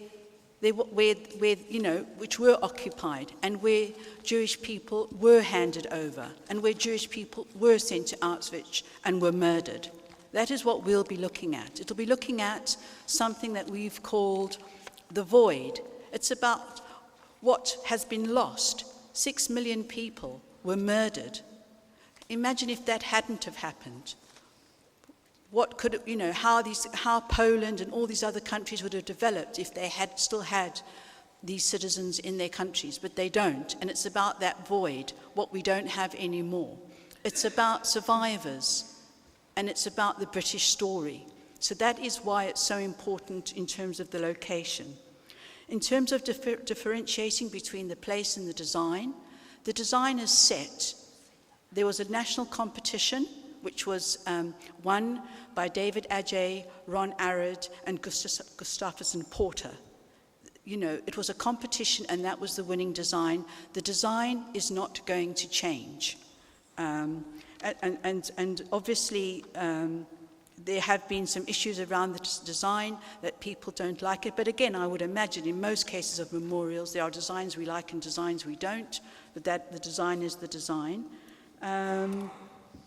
I think in terms of it being a small park, our memorial will be taking up 7% of the park. The vast majority of the Learning Centre is underground. It's 7%. The park will remain open. So I think that's a really important. We have no intention of destroying the trees. In fact, we've just started, even though we don't have planning permission yet, we've started a regime to feed those trees, because they're actually, we're very keen to make sure that they're in the best of health. And I think finally, just to comment on what Laura was saying, it's very, very important that this learning centre reflects backwards as to what happened in the Holocaust, but also looks forward and looks at those lessons about never again. We said never again at the Holocaust, and yet there has been Cambodia, Rwanda, Srebrenica. It will look at those genocides, and to see whether there are lessons to be learned. And obviously there are things currently going on in the world. There is the issue of anti-Semitism. The Learning Centre will look at that, and that will be a very important part of the memorial. Thank you. Thank you very much, Sally. And Sally and Virginia will be available at the back to give out their contact details and to talk to you. Thank you very much. Now, I'm going to ask Gary to Can we just say thank you once again to Sally and Virginia? Thank you for giving up your valuable Sunday morning, and we're very, very grateful for all of the work that you are doing. So deputies, please, you always want to help. Please help the memorial get off the ground. Now we've got literally 6 minutes. I want to ask Gary to present the Defence Division report, where he will add an update about campus, but he's only got a few minutes because Edwin has to also present his report. So Gary. Thank you, Madam President. I'll be brief. We had some, you've all seen the Defence Division report, but since it went to press, we've had some good news a couple of days ago when Chris Skidmore, the Universities Minister, has called on all academic institutions to adopt the IHR definition of anti-Semitism. That's something the board has been lobbying for, but he went actually a step further. He actually said that it was unjust to make Jewish societies pay for additional security costs for their safety on campus. And that is an extra point which I think is very important and very welcome. The universities actually have a duty of care to all students, especially those who suffer from discrimination, and I think that is all most welcome. So that's my first point. The second additional point, we're working closely together with the Union of Jewish Students as well, and I think we all would like to welcome Aria Miller, who is going to be the new Chief Executive of the UJS, starting in the very near future. He used to be the Chief Executive of the Zionist Federation, some of you might remember. And also, there's going to be a new UJS president taking office in the next couple of months. Esther Offenberg will be taking over from Hannah Rose. My final point relates to a point that Ben Crown made at the previous plenary meeting. We were asked if David Ward remained a member of the Liberal Democrats, and because he's on the Bradford Town Hall's website as being deputy leader of the Liberal Democrat group there. The answer is that he has been expelled by the National Party, but certain local groups around the country don't necessarily follow the National Party's lead. So what the board's going to be doing is it's going to be writing after the elections next week to the Liberal Democrats' Chief Executive Officer Nick Harvey for clarification. Thank you. Right, Edwin, could you please present your report? And you've got 3 minutes because I need to do closing remarks. Yep, I'm particularly proud to present this report. In it, you will see that there are a lot of possibilities for deputies with particular skill sets to contribute directly to the heads of our subsections, which we have divided as we promised before. I also want to pay tribute to the staff. I know we do that every time, but particularly this meeting. Many achievements have been done on education and on policy. Some of them actually were too late to put on this report. I want to tell you this doesn't come by a phone call. This comes by the staff being there day in, day out, outside their hours, and particularly making that thing happen, that we can push and beyond our size and beyond our numbers in this community. So I'm very proud of that. I also thank all the deputies who came forward and offered to assist in particular actions. You will hear from the lists and requirements in next meeting. And I again repeat that on Thursday, this coming Thursday, we have a meeting chaired by Vice Chair Richard Benson, of all those people who would like to contribute on the board social action, the BOTSA. So anyone with an idea, with a good, and there are a few things to fill in, like eco-synagogues and all that. We need people who are particularly interested in the subject to be there 5:30 on Thursday at the board's offices. Other than that, I present the report as is. Anyone has anything to say? Yes. Thank you. You've got literally 60 seconds because I want to do some closing remarks, but don't run. You don't want to be like me, fall over. Linda. Linda Sharp, Finchley United Synagogue, Kinloss Gardens. I want to say this particularly to thank Edwin, because my next door neighbour, a medical university student, had a big problem. He was supposed to present a paper on the 7th day of Yom Tov Pesach, and they said if he didn't show up at Queen Mary College in the East End of London, he would fail the exam. And he would have had to walk 2.5 hours each way over Yom Tov. He's an observant student. I told him, they came in, they knew I was connected with the Board of Deputies, to write to Edwin personally, and I would say within an hour, Edwin had written and done what he had to do, and this boy did not have to take the exam, and he passed, he was accepted.